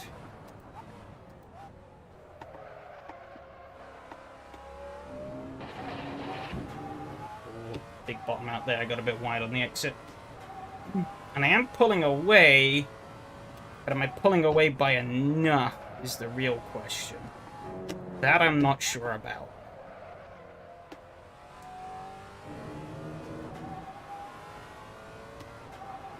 But I'm hoping, right, that the tires are going to fall off. And they are likely going to be, you know, sitting ducks later on. With dead tires and drained fuel tanks.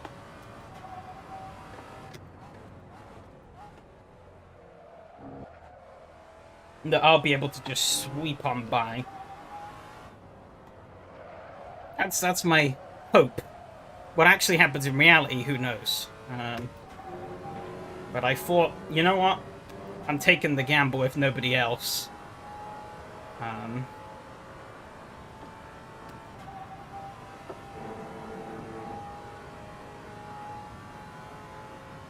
Watch, too busy work sorting the checkout. Fair enough. 49 though, that, what the hell? What was I doing?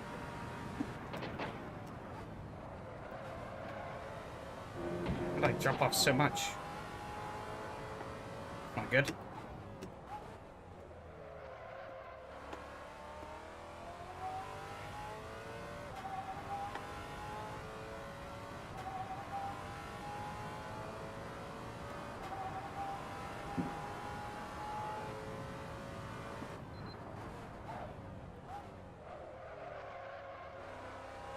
I wonder if me getting on the curb on the exit there too much was...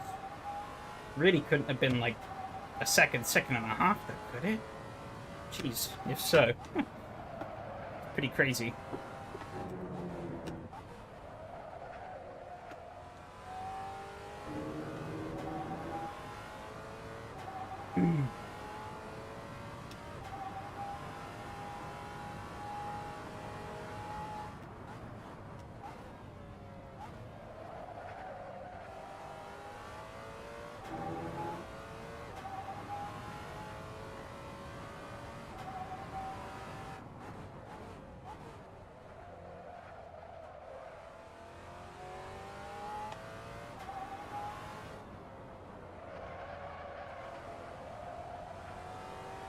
So 32 minutes. Okay, so we're over 10 minutes into this already. Not too bad.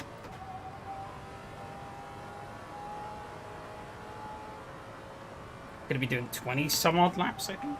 Lap are we on now? That's the wrong button. Lap 6, coming on to lap 7.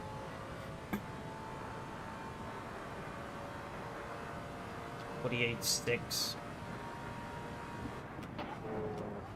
Not bad, but that wasn't great either.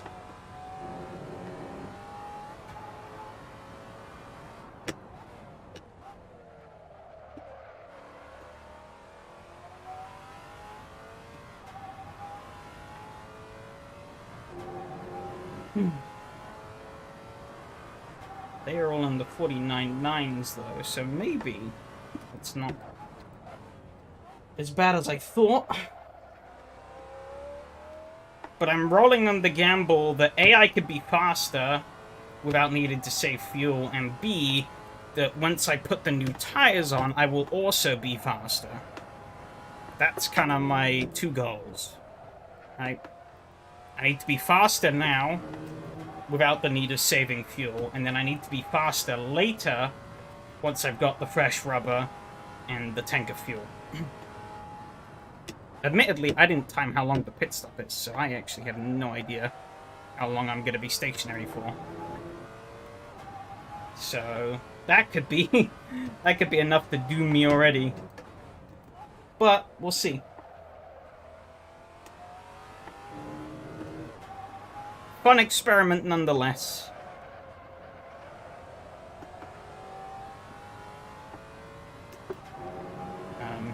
You know, at worst, we'll get some good experience and knowledge as to how it works. And who knows, maybe I'll inspire a faster driver to take the gamble.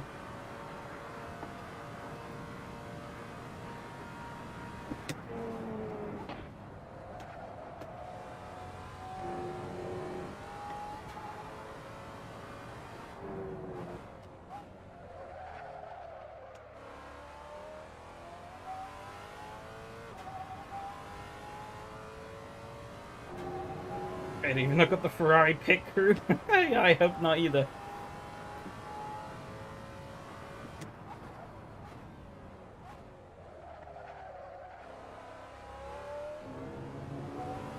Annoyingly though, the real time, because the gaps have grown, the real time is being really inconsistent. So I really don't have much of a clue. I don't really have a good indicator as to how successful the strategy is. until it really comes to fruition. Really.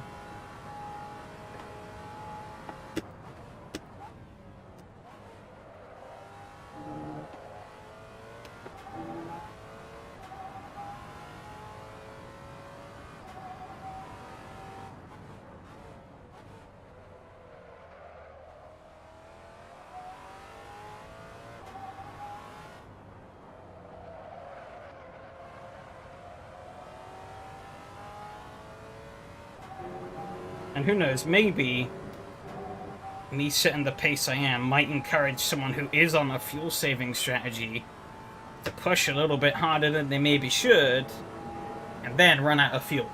We'll see.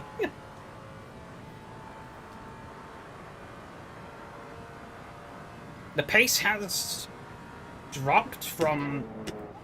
Well, we have gone faster than all the prior sessions, so hard to really say where things stand in terms of how much fuel would be needed. Albeit my fuel estimates have dropped as I've gone through. So... I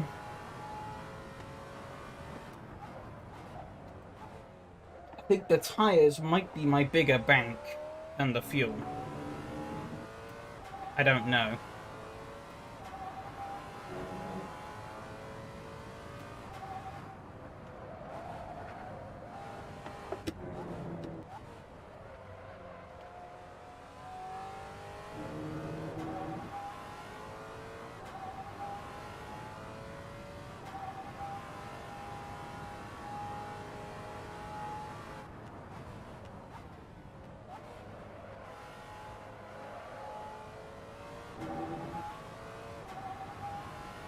Only 7 minutes to go, though.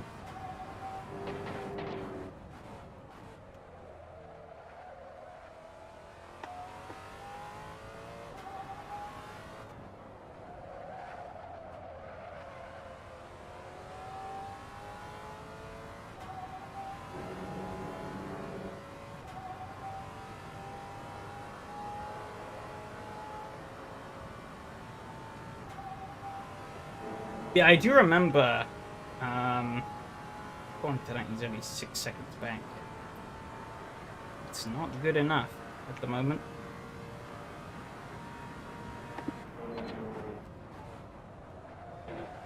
Yeah, I do remember back when we did the old Dick Seaman Special Delage on the Mondays. I remember that race at Fuji that happened. And, I don't know if anyone else here remembers that race, but that race I did pretty shit. I ended up deciding that I had... Oh, I've kind of done that wrong. It's not good. I ended up deciding, right, that I had nothing to lose, really. And so decided to pit. Because I was, you know, I'd spun a few times, my tires were gone, and whatnot. And when I came out of the pits in that race, well, everyone else was struggling with their tires like hell. So even though I'd gotten lapped in the pit lane, my speed when I came out of the pits was so much on those who were trying to, like, keep hold of their dead tires that I unlapped myself. I had to, like, really awkwardly pass the whole lead group. Because I was just, like, way faster than them. I don't think we're going to quite get the same thing here, but I'm kind of hoping that the tire difference is going to help give me an advantage later on.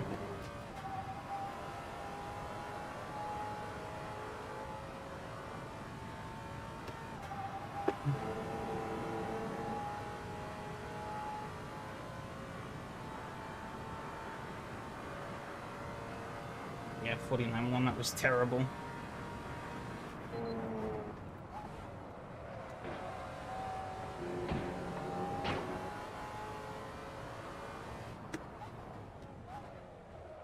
In a perfect world, everyone will have to pit, and I've pulled, like, the blinder of the century. But I'm not quite sure that's going to happen.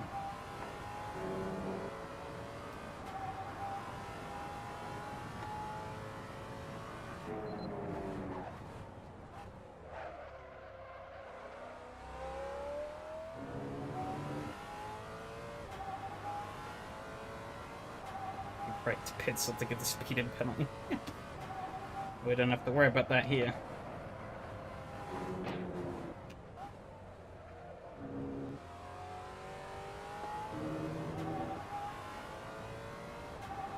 But you can see we're 24 minutes away from the end, and we're about to hit the yellow range of the tires.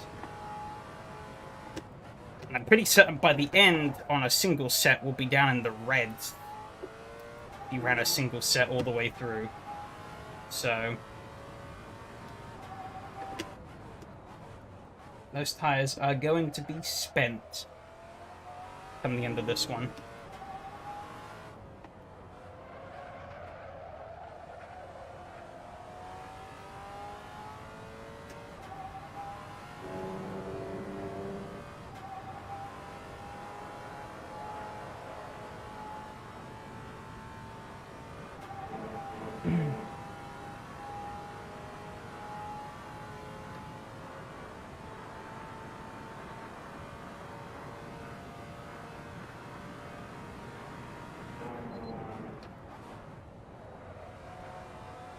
Now is that they're actually starting to catch me a bit. Which is not ideal. It's the opposite of what I need.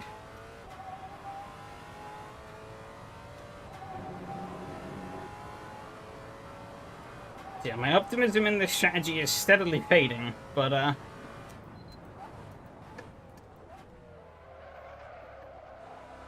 still a long way to go.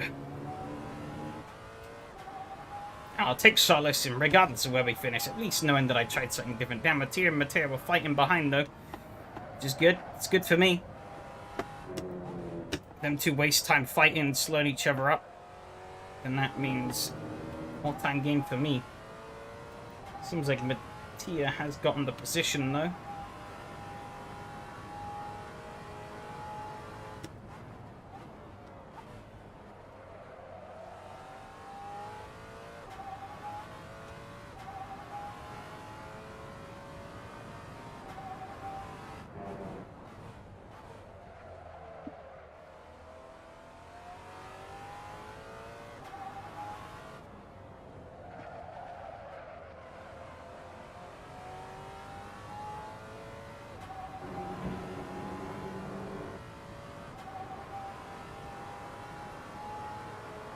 Definitely that last corner to not overdo it.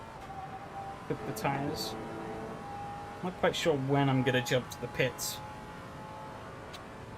Guess either once I'm out of fuel or if I see the tires drop off to a point.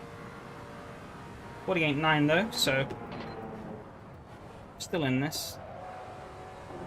But they are also doing 48.9s. Which is a problem. But I'm assuming this is probably the point in the race we're at our most even. I think we're now going to be more tire limited than fuel limited. And I didn't start off with that much less fuel than what they did. They've probably done a good chunk of saving already. So that's where that gets interesting.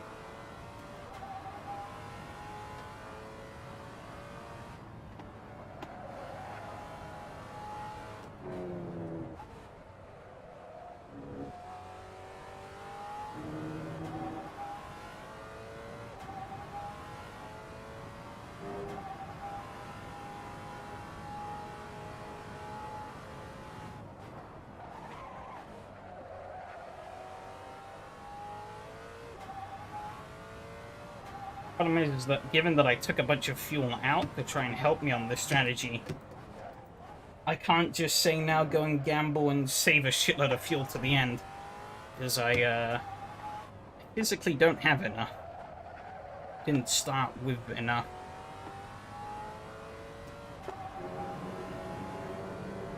I think given the gap I'd pulled now, I'd have to do some ridiculous saving to make it work.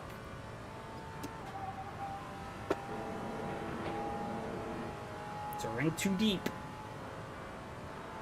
Count now, but that's where the fun is.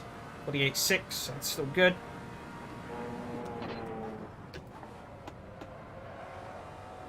A bit wide there, that doesn't help.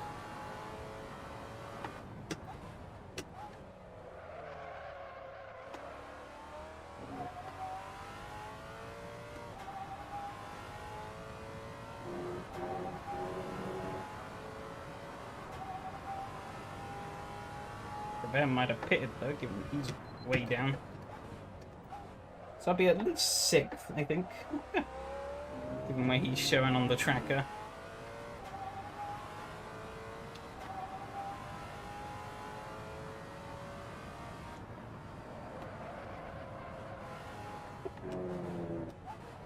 I have about 10 minutes worth of fuel left. I might end up pitting before then, though. How are the tires now? They're starting to get a little iffy. But, they're still pretty much okay. They're more slippery, but they're holding on.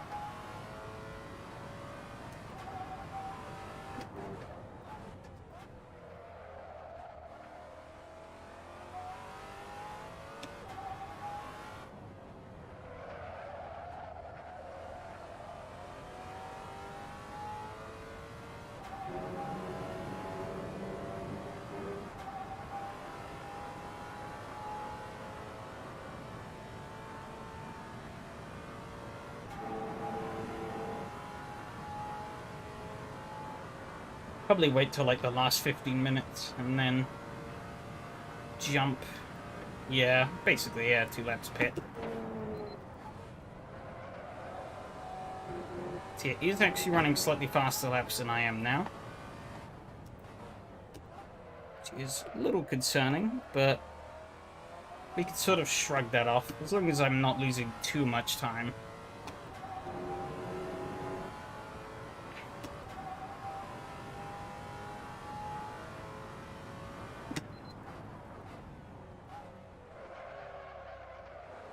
Yeah, it's definitely struggling to take that hairpin a bit more now.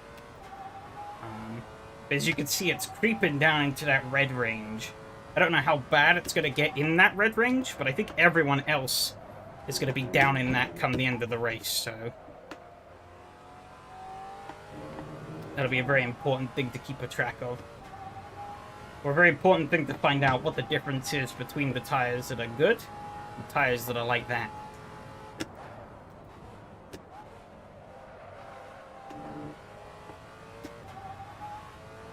Rubber disconnected. Unfortunate. Guess the heat was too much.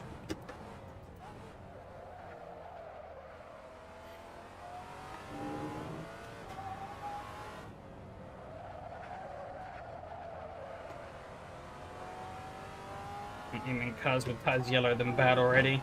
Yeah, it varies from car to car, really. Some cars are more manageable than most. I'm definitely feeling it now. But it still feels okay. See, I think I'll run one more lap and then jump. It is bad as for driving. It's fine. 48.5. Okay, that's still good. Still good. Still sitting decent lap times. Mattia did a 48.5 though as well, which is a problem. Yeah, I'm pretty certain I'm not gonna win this, but I'm hoping at least I can make some work out of this strategy. Let's see. I'm only 12 seconds ahead of Yari. But I definitely lose more than that in the pits.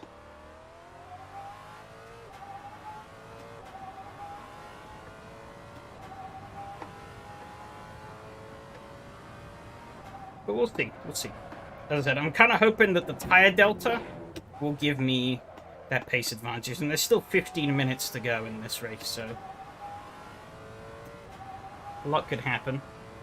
My gap to Mattia, though, is only 5.9 seconds now, though.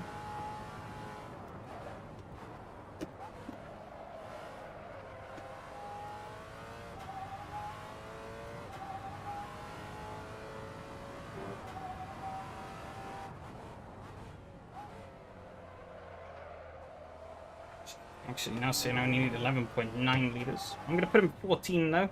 So I'm doing a tire change. And tire change, I think, takes about 15 liters.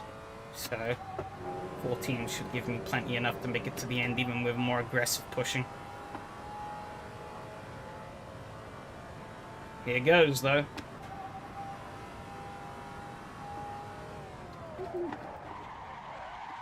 I don't even know where my box is.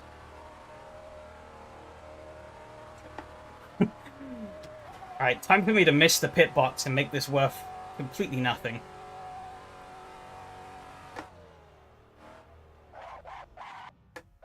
It's kind of bad getting in the box, but whatever.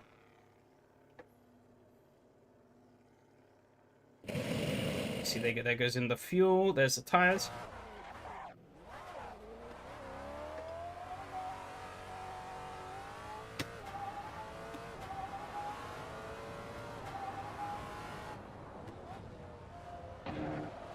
Just ahead of Hanu.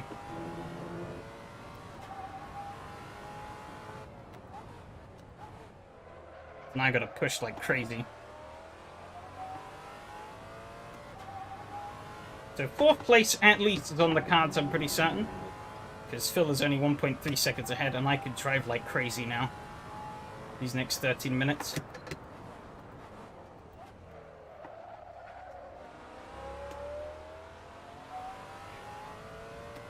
Whether we can get any higher than that, I don't know.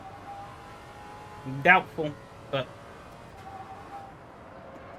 I'm gonna give it all I can. Ooh, a little bit wide there.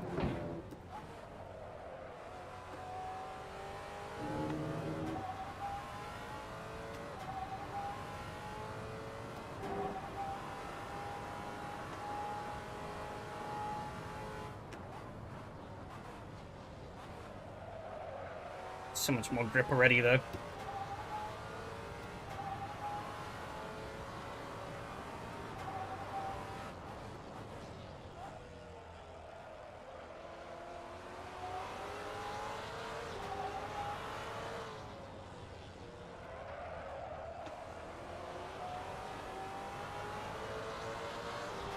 Look at that, feels stuck going wide. You have to lift, but it's breezed on through.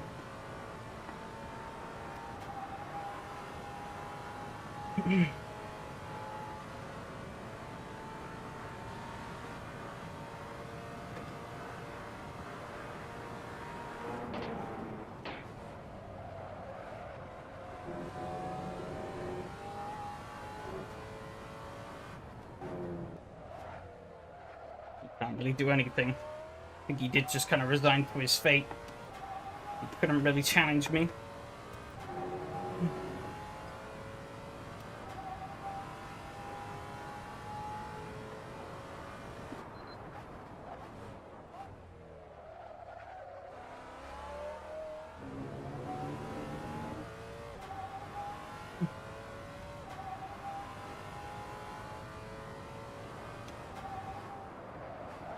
Wasn't really paying attention. Ooh, it's not good.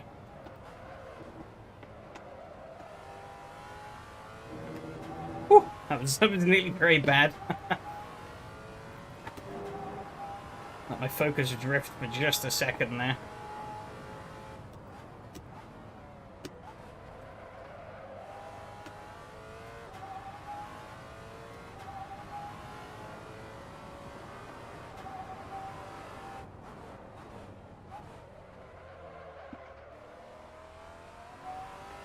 You can see the grip difference, though. How much I've just pulled away from Phil. I don't really know what lap times Phil was running before, but pretty sizable difference.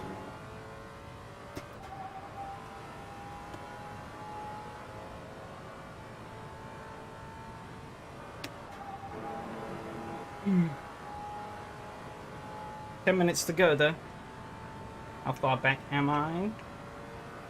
Ooh, 23 seconds. Fastest lap of the race, though. And I need to kind of just keep cashing those in until the end. That was a scrappy lap, too, so I think if we tidy that up, we could definitely do more.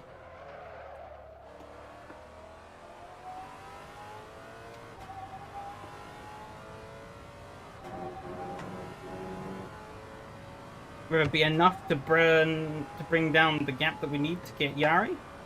At least for a podium? I'm not sure, but try our best and see what we get.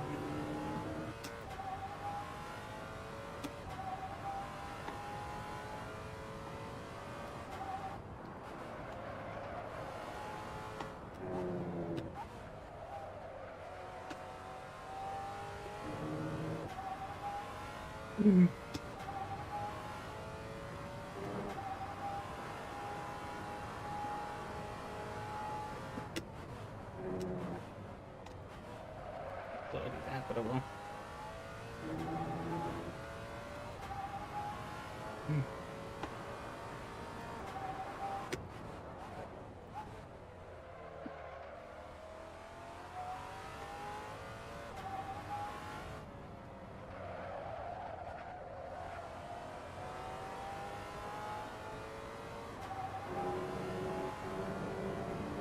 If any of those guys has to bail and make a pit stop, then guaranteed positions.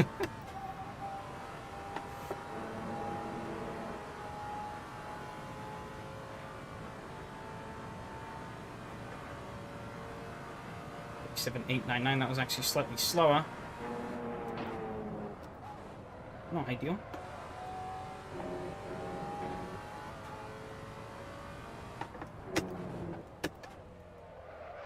I'll be going off on that corner, but somehow accidentally faster. I think I could definitely improve upon that lap though. Let's see, down to 22.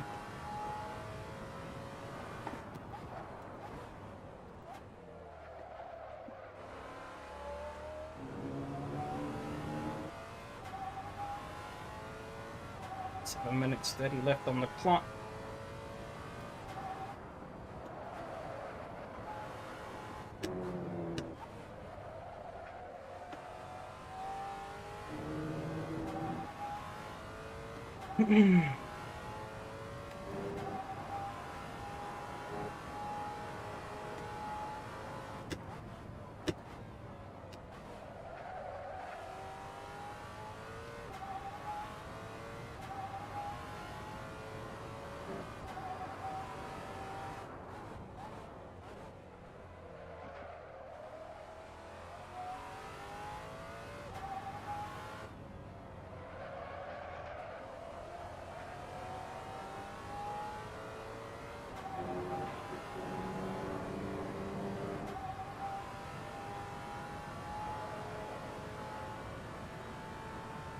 Still running 48s though.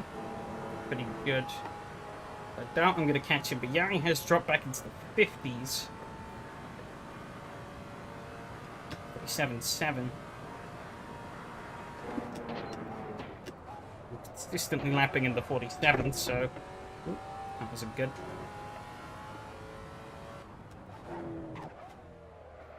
I'm 2 to 3 seconds a lap faster than he is. We have about 3-4 laps left till the end. Got enough fuel for an extra lap if needed.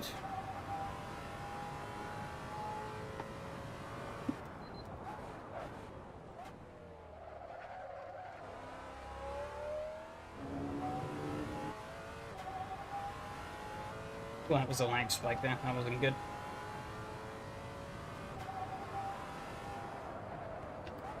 Done it again. Crap. Got distracted by the next speed.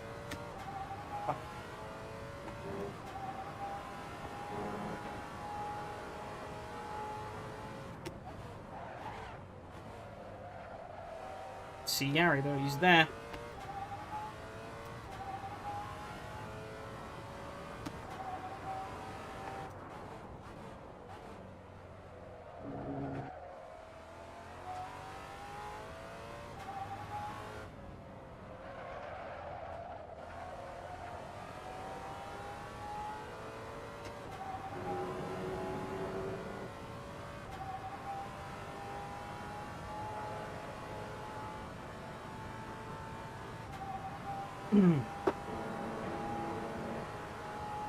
He's him and Mateo lapping in the 50s. Mateo down to a 49 there.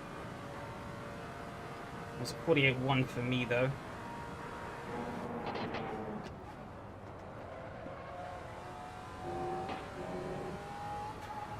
Although at least lapping a couple of seconds faster. Assume those guys don't have terribly great handling now either. They're probably just hanging on, hoping the race will end.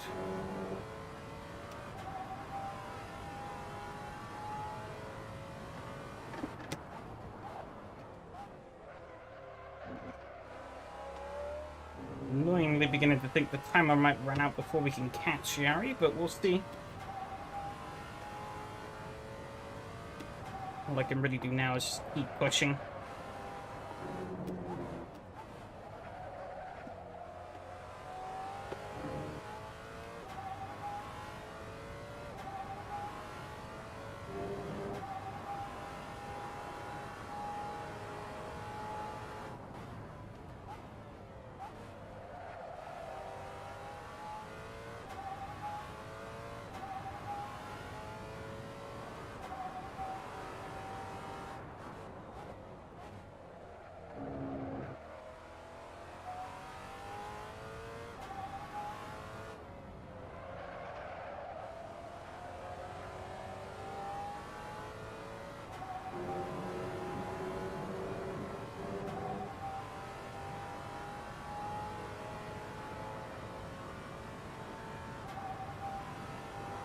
Okay,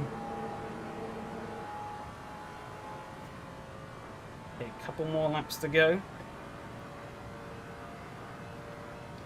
47.9.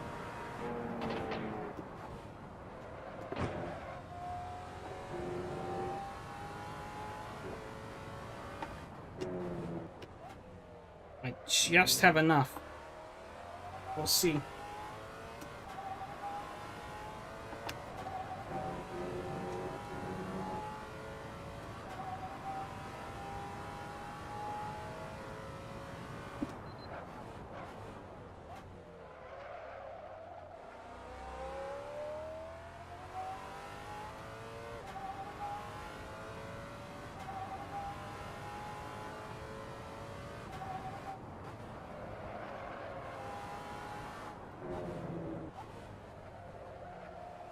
Guys ahead cannot afford to bail now, though. I've been within a pit stop of all of them.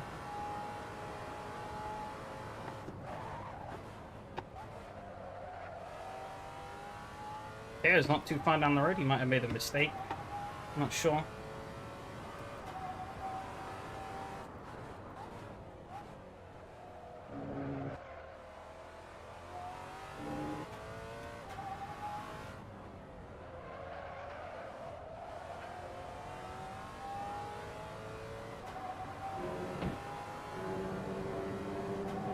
Might just be a little too far away, though.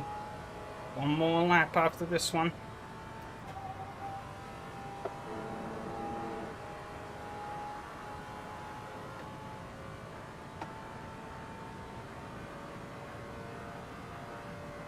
Got to 48 there.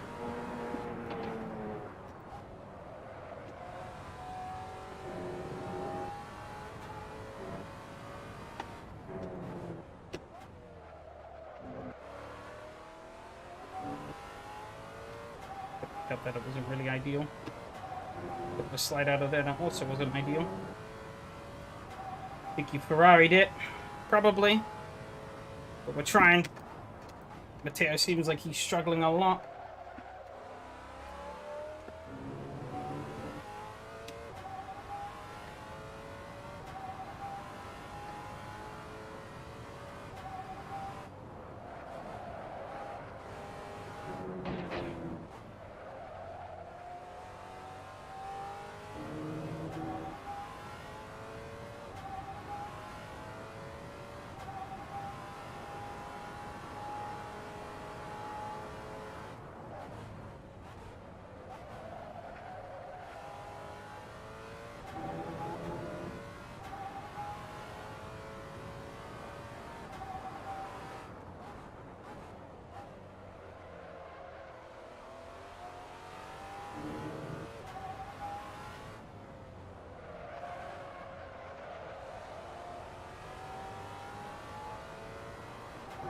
Close enough. One more lap and I would have had him. I don't think I'm going to quite get close enough.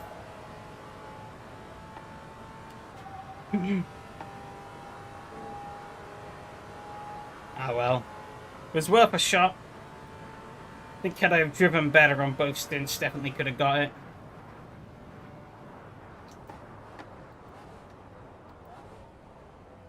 Yeah, one more lap. One more lap and I maybe could have gotten 2 positions.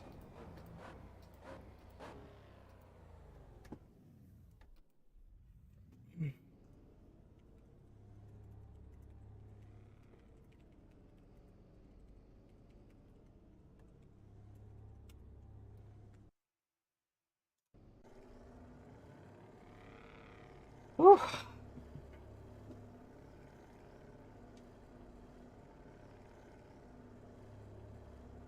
Who's to say where I would have ended up anyways? I don't know.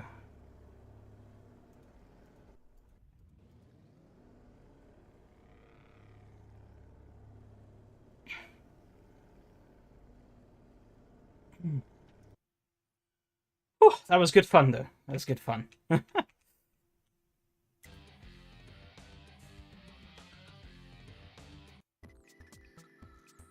I'm like absolutely sweating after that. Because it is pretty hot here.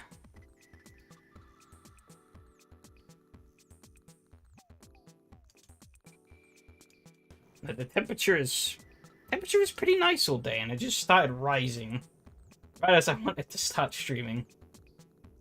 Ferrari strategy? Maybe. Maybe. I thought someone had to take the gamble, though.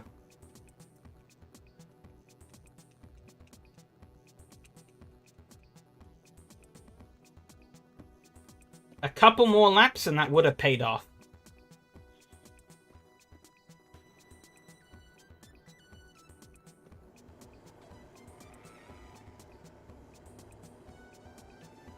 I pitted a bit earlier. Maybe. Maybe. I think had I have just driven better, I had a couple of crappy laps in the opening stint that I think compromised me. Because ideally I needed to build the gap and just keep building it, but there was a couple of laps where I lost. I dropped like, I think I dropped at least a couple of seconds.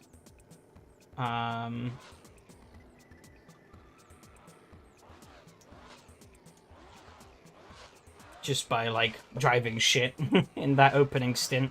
Made a couple of mistakes in the latest, in the end as well, but those weren't too bad.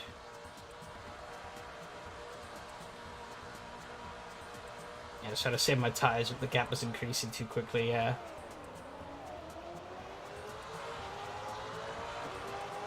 Yeah, that was where I gambled on it working. I knew everyone else was going to have to save fuel and save tires.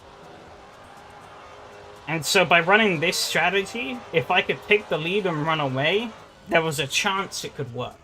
Because I wouldn't have to save fuel, and I wouldn't have to save tires. I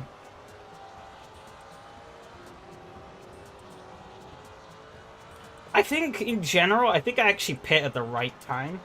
I was still doing reasonable laps, I think, by the time I pit. Maybe a lap earlier I could have gotten away with. I don't think much more than that, though. I want to check if I should have pit lane, yeah.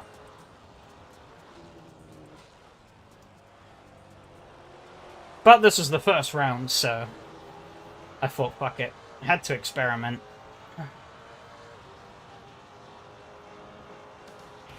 I had a gut feeling that nobody else was going to go for it, so I was like, you know what? I'm going to be the one. It was too tempting.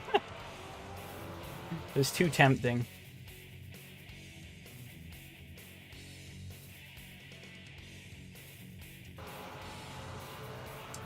I'm not sure how the other tracks will pan out.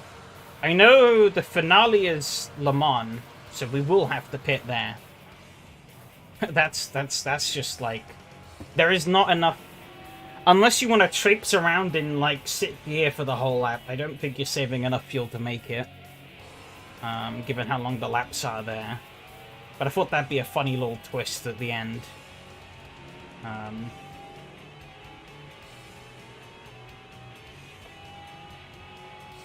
The other tracks, though, I'm not sure. We'll have to see. I'm forgetting what the other tracks are.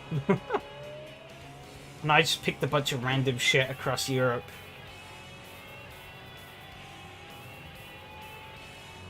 Yeah, I did sort of, yeah, I got in the lead, and then my goal, yeah, was just to try and break away. Is everyone saved? Where's Mattia? He had already made a couple of spots. Oh. Yeah, you made a mistake too.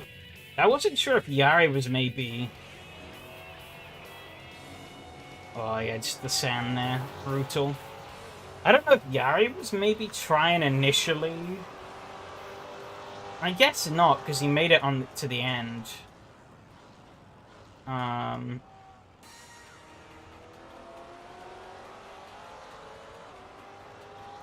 But he seemed to break away, so I don't know what happened to him, but he lost a lot of ground. I think he must have spun somewhere. They went wide in that corner. Oh, okay. I'm about to say, I knew something must have happened to him.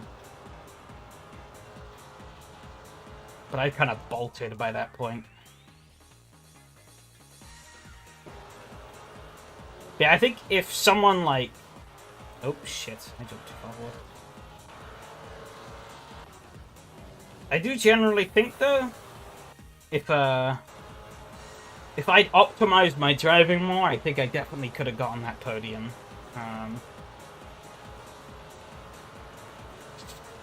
But, yeah, I just couldn't quite put the drive together I needed. Saved a bit too much and nearly a full lap's worth of fuel at the end.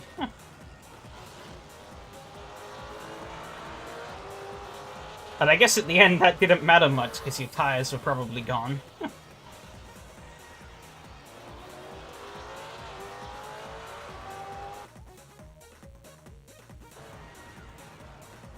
I was kind of praying on maybe like someone would like oversave. Would either oversave or undersave. And I think, yeah, people probably oversaved, but nobody undersaved, I don't think. And ended up, like, burning out. Couldn't pass Yari on the straight. Oh, missed it. Missed his blunder. Oh, yeah, way wide. This corner, to be honest, this corner is one I could never get right. Pretty certain I was taking a different line into there every time. Oh, yeah, big snap. Oh, just missed the gravel, though. That's good.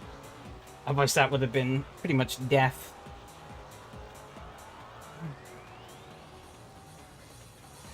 I think I need to adjust my headset. Really random. I got my hair cut last night, and now my headset isn't sitting as nicely as it did.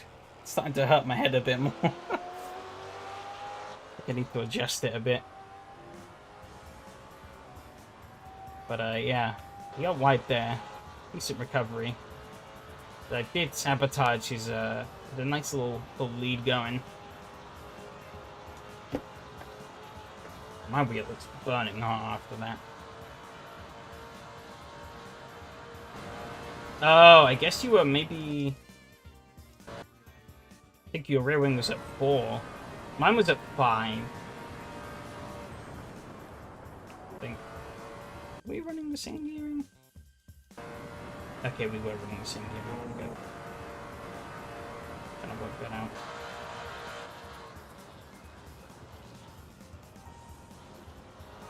So again, next 6 gets spread in, fair enough. Yours was 10.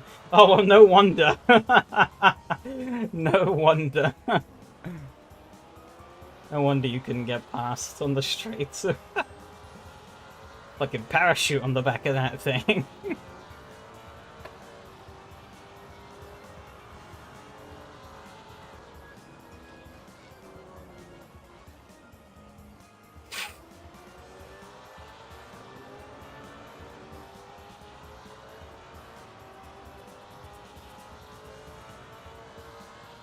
Yeah, my pace just wasn't good enough to make the gap I needed. Oops, somebody's dead back here. Let's do it. Let's do it. Oh, yeah, I'm guessing cooked tires. Oh, yeah. Nice toasty tires. Oof. Yeah, I was scared shitless of that happening in the race.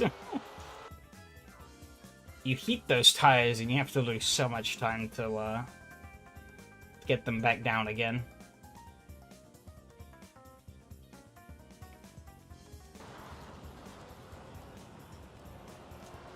I can see it, you just couldn't get past him.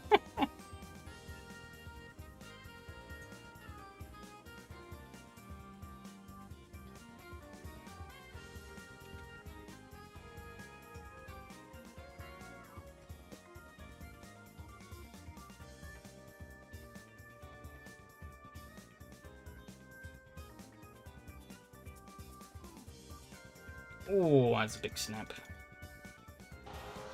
Oh, I just lost the rear a little bit.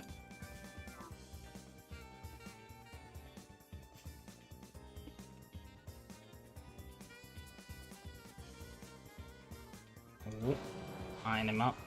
Not quite. What were the tires feeling like at the end, though? Oh, he's pulled out the slipstream. Oh, oh, no.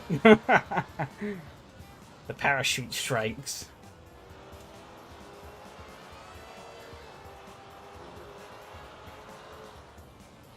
Like, I knew you guys were slower on the worn tires, but I don't know. I don't like how... Oh, nice on the outside. Triple. Yeah, how bad was it? Like, in terms of grip? Because the point where I dipped, I was still doing, like, mid-48s, I think. And it was in the yellow.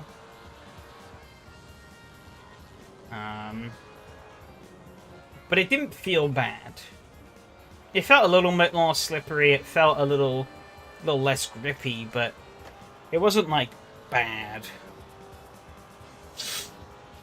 I wasn't sure if, like, when it hit the red, if it would maybe tank harder, but 25% left. Fair enough. 0.5 second on lap off. I think it might have been a little... Might have been a little more than that, I think. I'm not sure. So I was about 2.5 seconds quicker than Matteo and Yari, at least towards the end. On the front left, from the end of the right corners, my front PSI was about -2 from the correct value. Yeah, the pressures changed, fluctuated a lot around this track.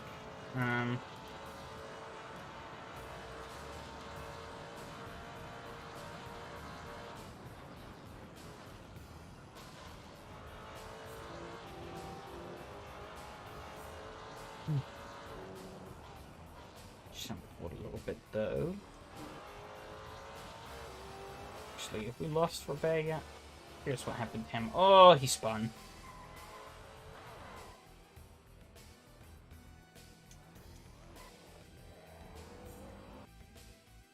That cost him so much time. Let's see. What does he do? Is he gamble on a pit stop? No? Because I saw he'd lost a lot of time. Unless he spun again. A little bit. Ooh, bit of a wobble there. Seems to be going fine. Overdone it there.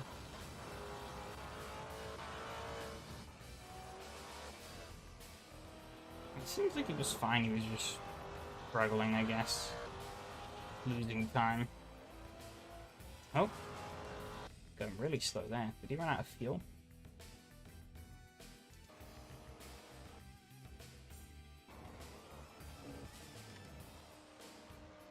I think he... maybe?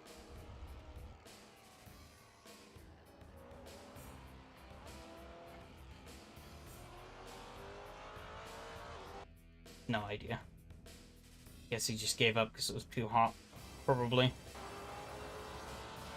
Jump back here, though.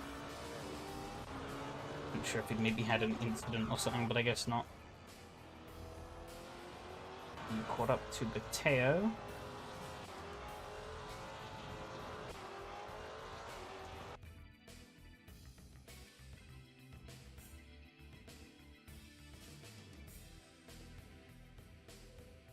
It's funny how most people ended up picking the Mitsubishi. As far as I'm aware, these cars are all identical, but I guess people just like the Mitsubishi.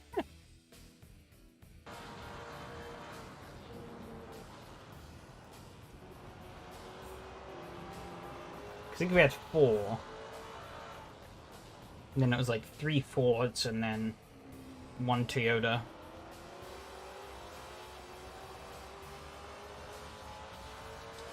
Interestingly, though, it told me the skins were unavailable, even though...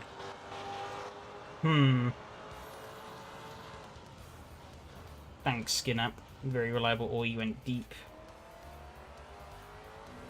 And that gave you the lead. Well, the lead of this strategy was eventually the actual lead.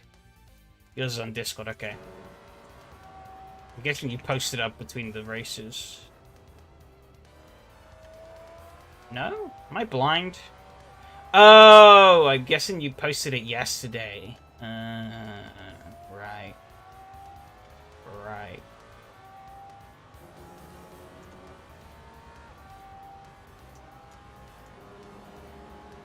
Forgot about that. I got some skies to look at until like... Alright, take care, Stuart. See you around. Vegas? I don't think much else really happened until I decided to jump into Le Pit Lane. What was that?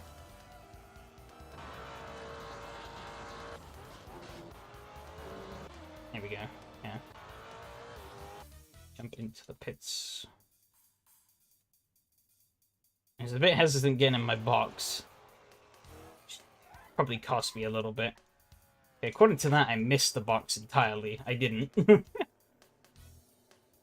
that guy's got his little lollipop down. The pit took... Yeah, you three had already gotten past me. I came out right between Phil and Hanu. At that point, I was like, yeah, it's probably over, but we'll try. We'll see what we can do. I knew I was going to be at least a second a lap faster than everyone. And I just had to pray on it being enough.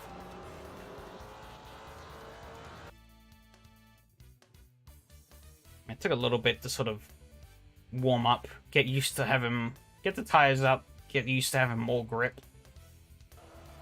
And then it was... I think this was where it became really obvious. Sort of... Yeah, Phil goes wide. I just go up on the inside and... Bish bash bosh. There ain't much he can do about it. Oh, bugger.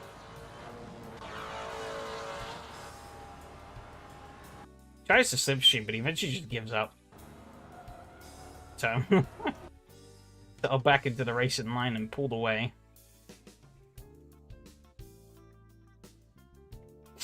Oh, yeah, I had a bit of a scare here. I thought it was nearly over. Got that a bit wrong. It's safe to say.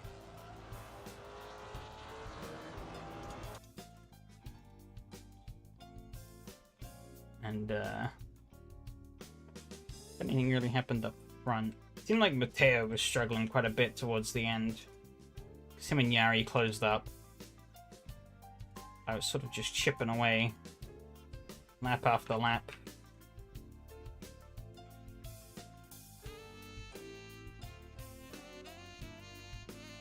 Getting closer and closer. Let's see. Can we do anything wrong? No.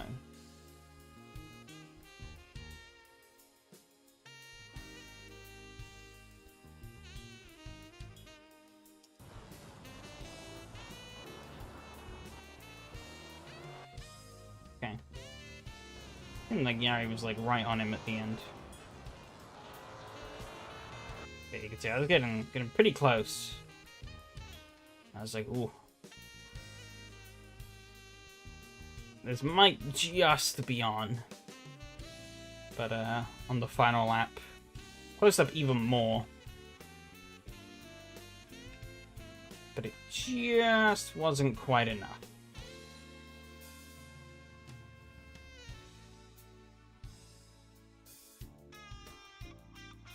A couple of extra seconds in the tank, which I definitely could have done if I drove better. And... Well, I probably would have gotten both of these, to be honest. Oh. It's definitely viable.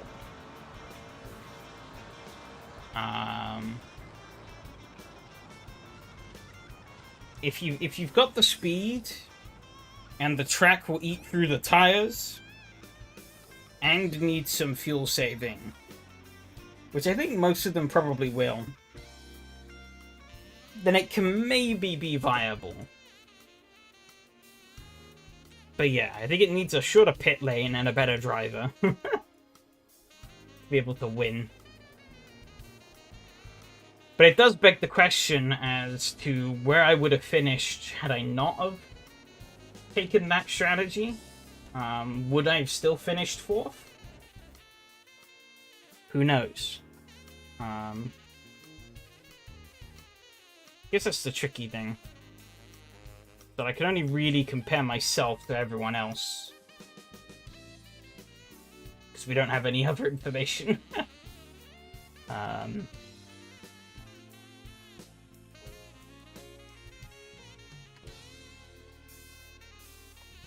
But I thought that was good fun, though.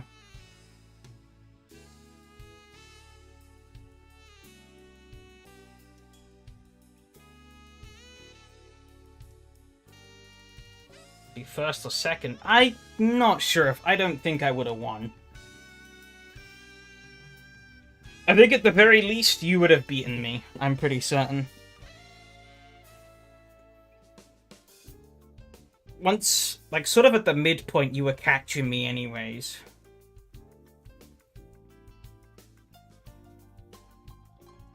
Even on my, like, alternate strategy. So, I don't think I would have won. Second or third, I'm not sure either.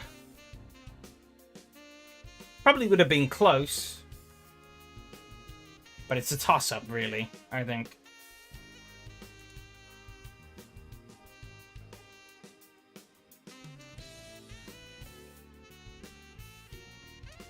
Overall, I was going to finish behind you, probably.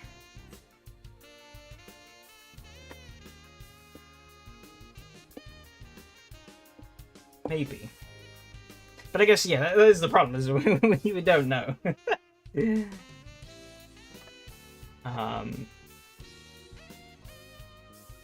But yeah, so Mattia takes the win. Matteo 2nd, Yari 3rd, myself in 4th, Phil 5th, Hanu 6th, Robert 7th, and Stuart in 8th. 48-3, that's pretty good. It's very good even, with fuel saving and all that lot. 48-9, 48-8. Still pretty good laps. 48 or 47-6 from me. But that was obviously without the need of saving. So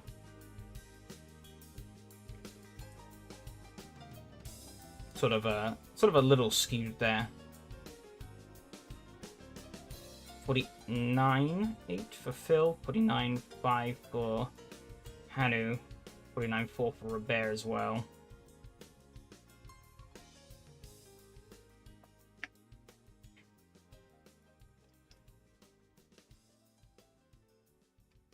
And yeah, 25 laps. I think that's about where I predicted, I think. So that's not too bad.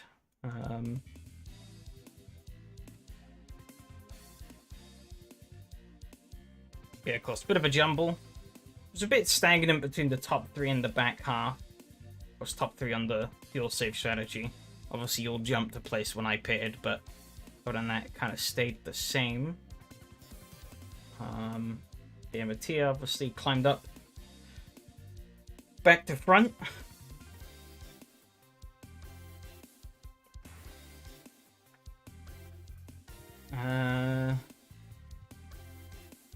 I don't know who the biggest loser really was. I guess me, technically.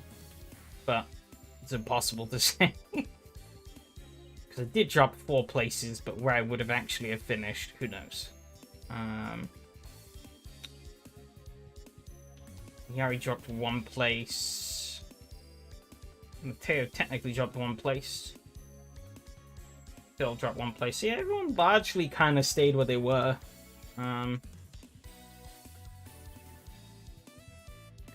All things considered.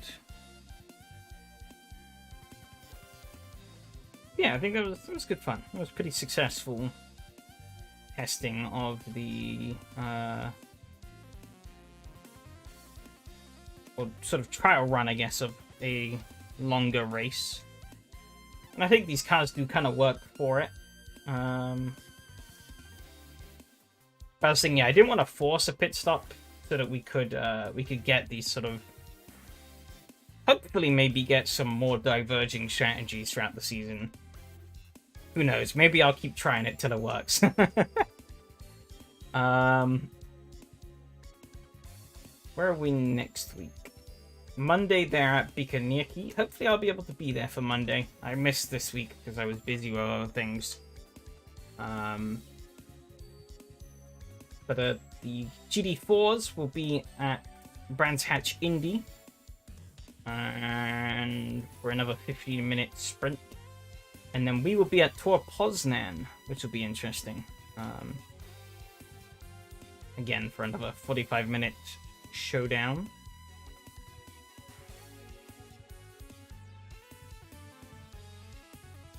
And yeah, that will probably put some pressure on the tires, especially that first corner. That'll be interesting. I'm not sure how that'll go. Shorter track, I think. And Portimao. So probably more laps. I'll be honest, Portimao is the only real track I tested, like, thoroughly. Because it was kind of where I tested to see whether or not the idea of doing a longer race with these cars would even really work. I figured it could, but I've been wrong before. 4.1 kilometers compared to, I didn't even read how long Portimao was.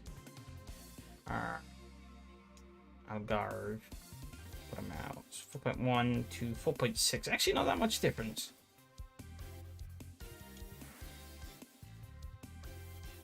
But I think it is a faster track, nonetheless.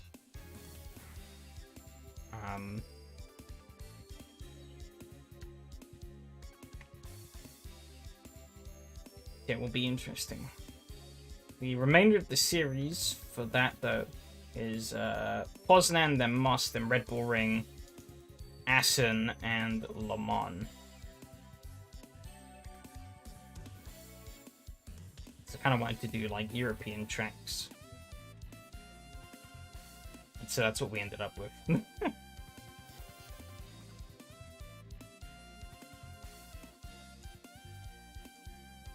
But, yeah, I don't think I really have anything more to add. Sort of got all the rambling out of me in the in the Porsche race. So yeah, I think I don't really have anything to show after either. So I think that's probably where we're going to wrap things up for tonight. So yeah, thanks everyone who chatted, thanks everyone who showed up and raced as well. And yeah, see you all around next week, I guess. Adios.